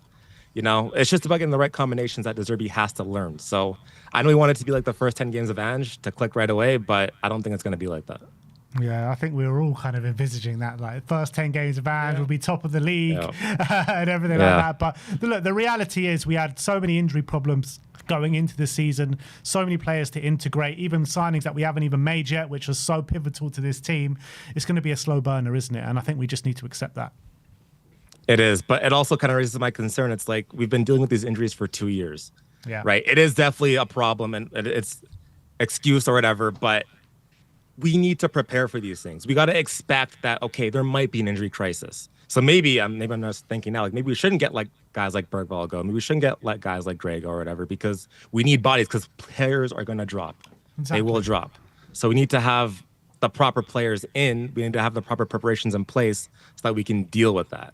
So you don't agree with Stell? I love Stell, man. Stell cracks me up. I love Stell, but I do and I don't. Like, I don't think we can just start selling everyone and everyone just like that. But Bergvall definitely cannot be anywhere near the first team. He just can't be. Not right now. I don't think he can. I think ideally Bergvall, you play him in cup games, let him get confidence there. And then if we're slapping teams up 2-0, 20 minutes to go, then you bring on Bergvall. Then you bring on Gray. I think that's where the top teams are doing things right. Like, when Arsenal are slapping up teams up, they bring on a Dowman to do things well there. You know what I mean? Like, we want to bring on the youth players when we're doing well, not throwing Archie Gray, not making Archie Gray as a captain in a tough game like this. Like, that's just setting him up to fail. So, all right. Well, they did start Lewis Skelly in a Champions League final. Yeah, they did. And look what happened. Yeah, exactly. They ended up losing though. So. Nate, big up to you, man. Thanks for coming on. Good to see you again, and hopefully see you a lot more. Of course. Come on. Come on, you Spurs. Big up to Nate. Next up is Rocco. Rocco, I know you've been waiting long. Sorry about that, mate, but good to have you on. No problem. It's all good. Oh, God, what a start to the day. What a start to the season. Got off early work, ready to watch the game, and then that. Shouldn't have bothered. You shouldn't have bothered. No. I think there's a couple. Were you expecting a win today? Oh yeah, 100%. I was. It's the hope that kills you. I didn't see the team until the game started, so I wasn't like everyone else where we had leading up to the game. I saw the team. I only got to see it when I got home, but I thought it was good enough. I thought it was a bit risky, especially having all the new players sort of playing together and they haven't really had that experience, especially in pre-season. But I thought we would put more of a fight than we did. And I feel like, obviously, the team selection is down to De Zerbi, and he needs to take a bit of accountability for that. And I think I think that's what he was trying to say with the Bergvall quotes we were talking about earlier. I think that is him trying to take accountability, saying in his own way, saying that he tried something and it didn't work, and he he took a risk, and obviously today we saw that didn't work. But that's the kind of manager he is. That's the kind of manager he was at Brighton. That's the kind of manager he was at Marseille. Mm-hmm. And we just kind of have to accept that he messed up a bit. But it's not all down to him as well. Players didn't do well. Richarlison was back to himself, always on the floor every time he's got like a light pat on the back. I think him actually today was one of our biggest issues. Obviously the defense, we conceded 3 goals, but I think not a lot of people are talking about Richarlison wasn't able to sort of help out Tell or help out Mikey Moore. Because Tell, I think the entire game, if you watch the highlights of it or even go back and look at certain areas, 2 or 3 players are constantly always on Tell. There's no opportunities for him to move anywhere. I think he was our best player on the pitch today. And even though we didn't score a goal, he was constantly going at defenders, constantly getting, and even somehow managing to get through 2 or 3 defenders at a time. And obviously there was no goals that came out of it, but it was where our best opportunities came from, was through him and Robertson. And I think that's something to focus on. I would disagree with what Stell said earlier. I'd agree with him on Bergvall and Gray, but I disagree heavily on Tell. I think Tell is the future of our left wing. I think he's a fantastic player. I just think that he needed someone there to help him out today. And both Gallagher and Richarlison let him down massively. I do think that's a good point. Like, I think if you put Tell around better players that he can actually play with in the front line, you might see him actually get into more shooting positions and actually provide a lot more. When he's like passing to Gallagher and Richarlison and having to link up with these players, like, it's very, very hard. But they're not giving him any space. They're not. No one's marking. Well, obviously there was players marking Richarlison and Gallagher, but no one was. They didn't pull players away. They didn't give him anything. He was sort of just on his own. So yeah, I'd agree with you. If he was with other players, I think if he has a Mamouche with him that actually provides a threat and provides a bit of link up, as we've seen him do with Man City, I think, or a Maddison, I think he does a lot better. I think he played a lot better, but there was just no opportunities for him today with the starting lineup that we had. Does the fact we were talking about before, how bullied we got today in the general game, and then especially from set pieces, there's a conversation about, are we building a team that lacks that physicality that in the modern day Premier League, where set pieces is such a important element to the game? Is that an oversight, do you think? A little bit. I mean, I can't pretend that I watched many Brighton or Bournemouth games last season, see Senesi or Van Hecke. I watched the World Cup and I saw Van Hecke. I thought it was fantastic. But I do agree it's quite an issue, and it's an issue we've had since Ange, because we had that whole moniker for ages of, it's every time we get a corner we get scored against. And I think it's been an issue for a while now that no one's really thought about. And I can't remember who brought it up earlier about how physically weak we are. But I disagree. I think with Van de Ven being a liability there, I think if we had a Van de Ven, he's not terrible in the air. Yeah, he's not great, but I think he solves a little bit of that issue. But I think it needs to be something tactically that we need to change, because I would agree that we are quite weak from it, but I think having a Van de Ven back might solve that issue. But something tactically needs to change, especially with our corners, as we provided nothing attackingly from them, and defensively we really shit from them. Anything from today? Are you massively concerned going forward, or you think once we get the players back, new signings in, we'll be completely fine this season? I'm not as down, like, depressed as we're gonna be horrible this season, as many people have been talking about. I'm a bit more on your guys' side of, when we have these players in, we'll be all right. But it is something to worry about, especially if we have the injuries of the last 2-3 seasons again. It is a little bit of a worry. I think we will be okay. I do think there are two things in the summer transfer window that if one of them, if we do, it's an issue. And I think we've already done one that's, I think, is a big mistake. I think letting Vicario go is a big mistake. And I know a lot of people, I think a lot of Spurs fans disagree with me. I think Vicario last season, a lot of Spurs fans were very, very quick to get on him. Obviously, so he was horrible. But if we look at the seasons before then, he was a good goalkeeper. And I feel like he needed one more season to properly see that, with him and Kinski actually competing against each other. Because obviously Kinski was bad today, but I think I cannot remember who brought it up earlier, but we've only seen Kinski good for 7 games, especially in very, very high pressure situation. And we've seen players in the past who perform under those high pressure situations, but when it comes to that sort of, they don't have competition, we're not in a relegation scrap or really struggling to get something, they do not put those performances in.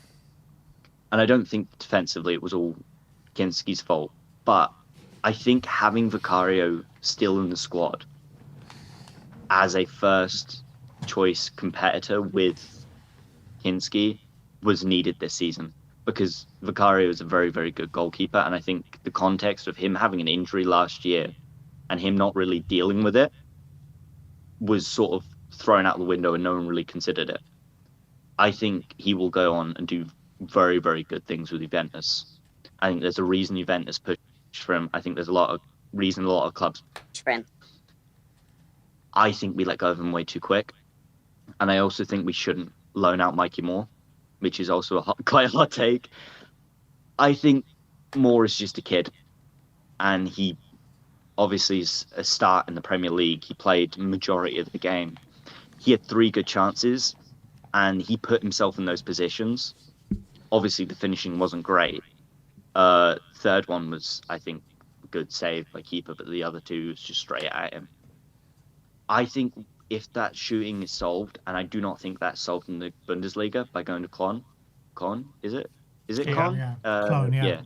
I don't think that's solved by him going to the Bundesliga. I think that's solved by him sticking around with the first team, him playing cup games, him coming on.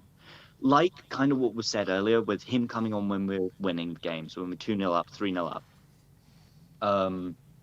That is improved by that happening. Him going out on loan, especially to the Bundesliga, a less physical league, doesn't solve anything. If he was to go out on loan, it should be to the Championship or back up to Rangers. But I think he should. But mainly, I think he should stay, because he was a bit anonymous today, but I think those chances were created out of a player who's very, very good and is just, again, a kid who needs to stick around the first team to actually see that development that we're looking for from him and become the player that we know he can be. Sending him out on loan again will not solve anything. Well, I don't know. We've seen a lot of young English players go to Germany in the Bundesliga, smash it out, and come back better players. But we'll see. We'll see what happens. But I mean, how many of our academy players and young players can we keep sending out on loan? Because how many chances is Mikey Moore going to get next season? This season with the attacking talent that we're bringing in. You know, you're looking at on the right side with Kudus, Savinho, potentially Kulusevski coming back. On the left, you've got Matisse Tell, hopefully Savinho as well that can play there. So how many minutes is he actually going to get by staying here? But same thing with, we don't know how good Kulusevski is going to be when he comes back. Yeah, but there's still 4 other options above him. We don't know how good Savinho is going to be. I like Savinho.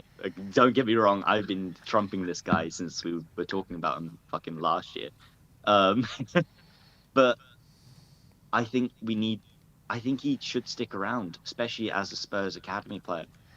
Not to try and push up our academy players. I think all young players we have at the squad are very, very good and should be protected. But sending him out on loan, I don't think solves anything to do with him. And I don't think De Zerbi wants to, which is why he kept him for this first game and he hasn't been sent out on loan. I know obviously we didn't get signing stuff. I don't I think if De Zerbi didn't see something that he'd wanted to keep him around, he wouldn't have started him this game. Wouldn't have Well, started him up who front. else could he have started? Yep. Yeah, fair. But fair enough. I'm not sure. Anyway, Rocco, thanks for coming on today, my friend. No problem. Good points made. Speak to you soon. Come on, you Spurs. Big up the Spurs. And last caller of the day, David. I'm just going to say David. David, how you doing, mate? I'm doing good. How are you guys doing? Yeah, you. I think we all want to just sit there in the dark after a defeat like that. Yeah. Turn all the that's lights cool. off. Just wallow. That's what it looks like you're doing. But anyway. Well, yeah. That's good. I've got. So I think the things I'm going to say, I think might not be very popular, but I think we shouldn't be so negative as a fan base. I think we shouldn't immediately jump on players and say, okay, they're shit, we have to get rid of them. We shouldn't be jumping on Kinski and saying, oh, he was shit this game. I don't think he was shit. I think this game really showed a comparison between one team who've had a really good preseason and have allowed all their starting 11 players to perfectly gel, while the other team, we've been kind of experimenting and we haven't had like our actual starting 11 haven't all played with each other. So I think there's nothing to worry about. I think we shouldn't be panicking. We shouldn't be jumping on players. We shouldn't be judging this performance extremely. I think we should fully back De Zerbi. We should fully back the players, and we should be fully on with this journey. Okay. Yeah, I think there has been a lot of jumping on players' backs like a lot after today, especially the younger players, Gray, Berg, Valtel. They're all getting a lot of flack. But when you see the level of performance today, we were not competitive at all. It wasn't even a close game, was it? So you got to understand the concern. I understand the concern, but it's the first game of the Premier League. We can like, I understand. As football fans, it is our job to jump on players and to complain when our team doesn't perform well. But it's the first game of the Premier League. I think we shouldn't be so critical. That's my opinion. Yeah, I completely agree with that. I completely agree. Look, I think De Zerbi did get a few things wrong today, but I don't know if it even would have impacted the result at the end. Maybe it would have made it a bit of a closer game, and Yeah, exactly. we would have been a bit more competitive. But you know, it is what it is at the end of the day. You know, there's so many different reasons why we've gone into the season underprepared, and we're going to be fine. We're going to be fine this season. I really believe that. I think the start of this season, I have a feeling that kind of the bigger teams and the teams which had most of their players play in the World Cup, I think they're going to have a slow start. And I think the World Cup I'm not making excuses or anything, I'm not trying to, but I think the World Cup has impacted this preseason significantly, depending on when players come back to training and not. So I think some teams who've have had their players longer, training together longer, I think they'll have a good start to the season, while the teams where they're slowly integrating all their players who've come from the World Cup, I think they'll have a slow start to the season, but then I think they'll click and they'll start performing well later on. David, seeing as you're trying to be positive, what positives, if you can take any out of today, would you take? Performance-wise, none. Not so positive. Yeah, look, I'm just trying to bring in like a positive energy and not look. If we're looking at the facts, it was a shit performance, absolutely shit. None of the players performed, but I think let's be positive. Why should we be negative? Negativity just ruins the mood. It just ruins our day. Let's be positive. Let's jump on De Zerbi's back. Let's support his plans. Let's support our best qualities, and let's see where it takes us. I don't want to be negative. really. I don't think there's a. What's the point? Really, what's the point of being negative? We have that same energy if we go out to Charlton and then have this same performance against Newcastle. Okay, if we go out to Charlton, yeah, let's be like fully negative. We should win that game. But it's the first game of the Premier League. The Premier 100%. League isn't a sprint, it's a marathon. We have 37 games left. And look, I would like to say, like, with Kinski, okay, he conceded 3 goals today. And he has to prove himself. I fully accept that. But 2 of the goals, the first goal and the third goal, he couldn't do anything about that, really. Second goal, you could argue that the way he parried the ball, he could have done better there. But I think that's also a defensive error. So you can't fully blame Kinski for that mistake. And I think once we get our full starting 11 team on the pitch, with Van der Ven and Van Hecker as a centre-back pairing, Pora as our right-back, Udogi as our left-back, and then Fernandez and Tonali as our double pivot, and hopefully Maddison as the number 10 or Kudus. And then hopefully if we get once we get Savinho and Marmoush, then I think once all those players play together, I think that's when we start seeing some changes, hopefully. I think all we can do is be positive. I hope you're right, and I do think you're right. So let's see what happens in the coming days and the coming weeks. But David, thank you so much for coming on today, my friend. Come on, you Spurs, and let's stay positive. Come on, you Spurs.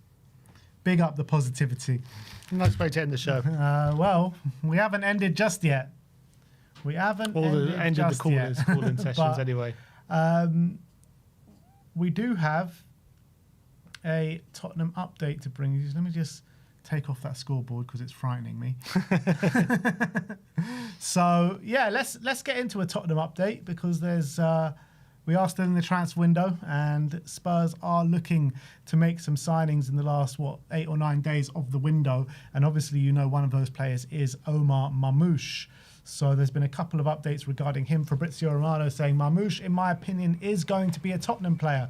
There are some final details to clarify between Tottenham and Man City, but the agreement is very, very close. And then he did another update saying Tottenham calm and confident to get Omar Marmoush deal done by the start of next week. David Ornstein said on a podcast that Tottenham are likely to bring in Omar Marmoush. But Paul O'Keefe saying that Tottenham have a deal agreed in principle with City, but City are not prepared to sign off the deal completely until they evaluate their squad after their game this weekend. Yeah, which is not what you really want to hear. You want to hear he's coming regardless of any situation. I really don't want to be watching the Man City game through my fingers like this, just hoping no one gets injured. Yeah, we're all going to be on Marmoush watch. Yeah, hopefully he's not in the squad, but given City's squad, he's going to have to be in the squad because I don't really see anyone else. Let's just hope and pray it gets done early next week, and maybe he could even be involved in Charlton, but for sure we want him involved with that Newcastle game. Yeah, I'm not overly concerned about the Charlton game. I think it's a bit fanciful to think we'll have him in the squad for that game. It'd be nice. Definitely, it would be nice, but I think hopefully Savinho got to be done surely by the Charlton game. Marmoush in for the Newcastle game, I think, is probably more of a realistic timeline. Yeah. So let's hope it moves quickly, moves smoothly. It seems to be going in the right direction, but all we need, we've already picked up an injury to Doku. All we need now is an injury to Haaland, and all of a sudden, we're done for. I'll tell you what, though, if we don't get Marmoush over the line, it makes the Savinho deal absolutely tragic. They've really done us in if we don't get Marmoush, because the whole point of Savinho being inflated is so we get Marmoush on a cheaper deal, so to balance it out. So there's no balancing. We've literally just paid 85 million for Savinho. For a guy that's scored 2 goals in the last 2 seasons. Look, I rate Savinho, and everyone rates Savinho for 85 million. Yeah. He should never be an 85 million pound player. And we've put it at risk because we've agreed that deal. I guess it's not signed, sealed, and delivered yet, but we have agreed it. Maybe that's what the delay is with Savinho, because obviously we heard that here we go last 2 nights ago now, Thursday midnight on Friday. Yeah, midnight Friday morning. Yeah, Thursday night. Yeah, Thursday night. So we thought, okay, we're going to hear an announcement Friday. Maybe they're waiting to announce it until we've got Marmoush, so they don't get in this situation. That would be the smart thing to do. But then again, if we don't get Marmoush over the line, then what? Are we not going to get both players? And then what are we going to do? Well, I reckon if we don't get Marmoush over the line, we go back in to renegotiate. Yeah, probably. But yeah, look, surely they're not that stupid to put the thing in jeopardy of having to pay 85 million for Savinho without getting Marmoush over the line for a cheaper deal. Yeah, that's why I think. They can't be that. Yeah, stupid. that's why I think they haven't announced it yet. I think they wanted. I think what's happened is we heard they wanted him in time for Brentford, but we couldn't get Marmoush over in time, so that we could agree Savinho. So I think they just delayed it all, and until we have Marmoush confirmation, we're not gonna announce Savinho yet. Yeah, 100%. Because obviously we've heard he's had his medical and everything, but obviously the final details probably haven't been signed off yet, and probably won't be signed off yet until the Marmoush thing is signed off. That's what I think. And I think that's the smartest thing to do. Yeah. So that's Marmoush. Next up, let's talk about Cody Gakpo, another player that obviously Spurs are looking to bring in from now until the end of the window. Juiced, obviously very reliable source in the Netherlands, says, for now, radio silence between Liverpool and Tottenham Hotspur regarding Cody Gakpo. As long as Bradley Barcola isn't at Anfield, the chances of a deal for Tottenham seems like nil. Alfredo Padula says that Tottenham intend to present an offer next week for Cody Gakpo to try and convince Liverpool to make that sale. I don't know what's going on with Cody Gakpo. That seems to have been, with Bradley Barcola. Seems to have gone a bit quiet over the past couple of days. But he is being left out of all the PSG squads. Did PSG play this weekend? Have they played already? I think so. I think I read he wasn't in the squad. Not just that, they've signed 3 attackers. Yeah. So they're clearly planning without Barcola. So I think that will happen. There's also, I read a report that they could be prepared to accept. They play tomorrow, PSG. But maybe he's not in this, he's not been in the preliminary squad or whatever. I heard also read that they're prepared to maybe lower their price a bit. I think that happens. I think he goes, but I don't think it'll be enough. I do think they want one more, because it sounds like Iraola's going to start him tomorrow. Gakpo sounds like he's kind of involved in their plans right now. So unless they get enough attackers so that he's not involved in the plans, I do think this one's in jeopardy a bit. Obviously, we're hearing Barcola, we're also hearing Minter, so they're trying to make things happen so that Gakpo can go. But until those things are finalised, it's still up in the air, I guess. Yeah, absolutely. I mean, came as a shock to a lot of people. You know, Kuba Minte, 2 bids rejected from Liverpool, 50 and 60 million. If it reaches the 70 million mark, then maybe they buy Minte for 7 million, sell Gakpo for 7 million, and everyone can sail off into the sunset, maybe apart from Brighton. I think it's no surprise that Brighton all of a sudden are very adamant, we want 70. We're not accepting 50 or 60. We know you're getting 70 for Gakpo, so we want that 70 you're getting. Yeah. So that's it. You think it gets done, the Gakpo deal? Do you think they'll get enough signings in to sanction the move? Something tells me it won't. I don't know why. I've got a feeling he's of more use to Liverpool right now, and I don't know if he's in the same situation because he's getting game time, right? He's playing. We're signing a player that's currently, probably at the time of recording, Liverpool's first choice left winger. Yeah, but you could say the same about Savinho, really, with the injury as well. No, but even without injuries, he is Liverpool's right now first choice left winger. Savinho, he would only get game time due to injuries. Yeah, if they make signings, then it can change. But right now, convincing Gakpo, I don't think Gakpo is doing what Savinho and Marmoush are doing, where he's forcing his way out. Yeah. Whereas they did. You know, I don't think Savinho said from day one, I want to go. I don't know if it's the same with Gakpo. So I still think it's a lot less likely. But if they can get a couple signings, then I think I think there's a good chance. Yeah. But I don't know if something tells them Minter one doesn't happen, and I think they do get Barcola, and they just end up keeping Gakpo. Yeah, I mean, what worries me more as well, it's not so much their winger options, because I do think Barcola comes in and potentially another one, whether it be Mbaye, Minter or someone else. What worries me is the number 9 situation, because they've literally got Isaac. Ekatike's there as well, but he's injured for the whole first half of the season. So that does, and we've not heard about Liverpool going for a number 9. So that does concern me on this deal more than the winger situation. Also a problem. Anyway, we'll see what happens. And last but not least, let's talk about the evolving situation with Pape Matar Sarr. Obviously, De Zerbi said in the press conference that he's picked up a knock and he wasn't in the squad this weekend. Sacha Tavaleri says that Tottenham informed Pape Matar Sarr that he is on the transfer market, which did not go down well with the Senegalese midfielder, which is why he deleted all his posts from social media. Talks with Galatasaray are continuing, more to follow. Didn't notice that. What, he deleted Insta? Yeah. I feel bad for him because I love Pape. I think he's a great guy. I think he's so popular in the dressing room. Clearly, he's very close with everyone. You know, he was obviously very close to Sonny when he was obviously here. But clearly, you see every video, he's laughing and joking with everyone. He's, you know, clearly friends with everyone. He's clearly just like so likable.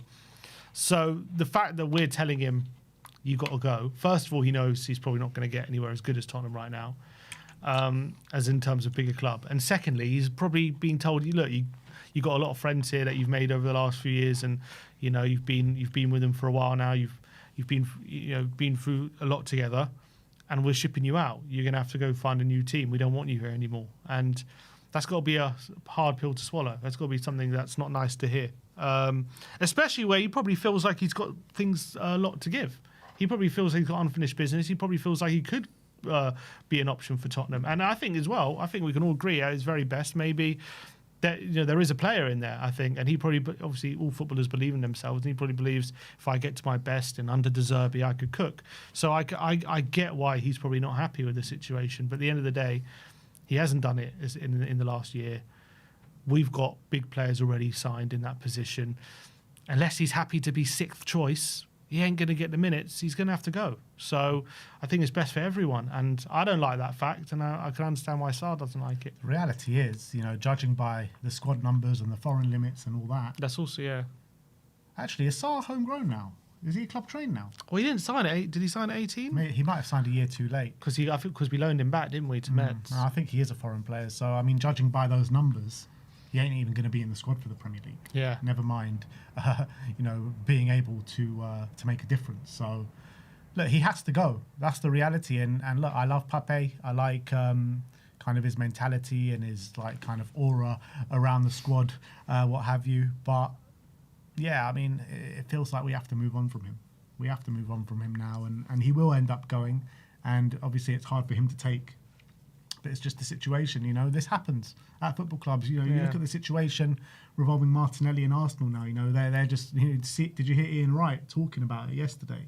It's just like, you know, sometimes stories with players and football clubs, even with players that want to stay, you know, it just needs to move on, and that's just it. And Sarr is another one of those examples. So I do think a deal gets done before the window ends at some point, whether it's Galatasaray or someone else. Do you think he can stay in kind of a Europe top league, or is he going to end up at Galatasaray? I think he could. I think a Ligue 1 club for sure. I think he's still Prem level. I think he could go to a Premier League club, but it sounds like with a lot of our players that we're selling, I don't know if it's whether Tottenham want to sell to a non-Premier League club. I don't know why they would care, but it seems as though we'd make a concerted effort to sell abroad. But yeah, I think he could definitely play for a top 5 team. But I understand. I think him and Turkey also make sense. Like we heard that Brentford were interested, but they've signed Sangare and Villa, but they've signed Goretzka now. They've signed Goretzka now. So all these Premier League clubs, they've already signing up their options now. So it does look like he's going to have to end up. I agree, the French league could be an option for him, but I think in terms of where he's going to get the most money, it probably will be Galatasaray. So look, we'll see what happens, but that is the Tottenham update for today. Let me know in the comment section below your thoughts regarding all the news stories that we have spoken about today. We'll be back tomorrow, early doors, to go even deeper into that 3-0 loss against Brentford today. Very much looking forward to it. Are you? And yeah, we'll see you then, people. Thank you everyone for tuning in today. Like, subscribe and comment. And as always, come on you Spurs.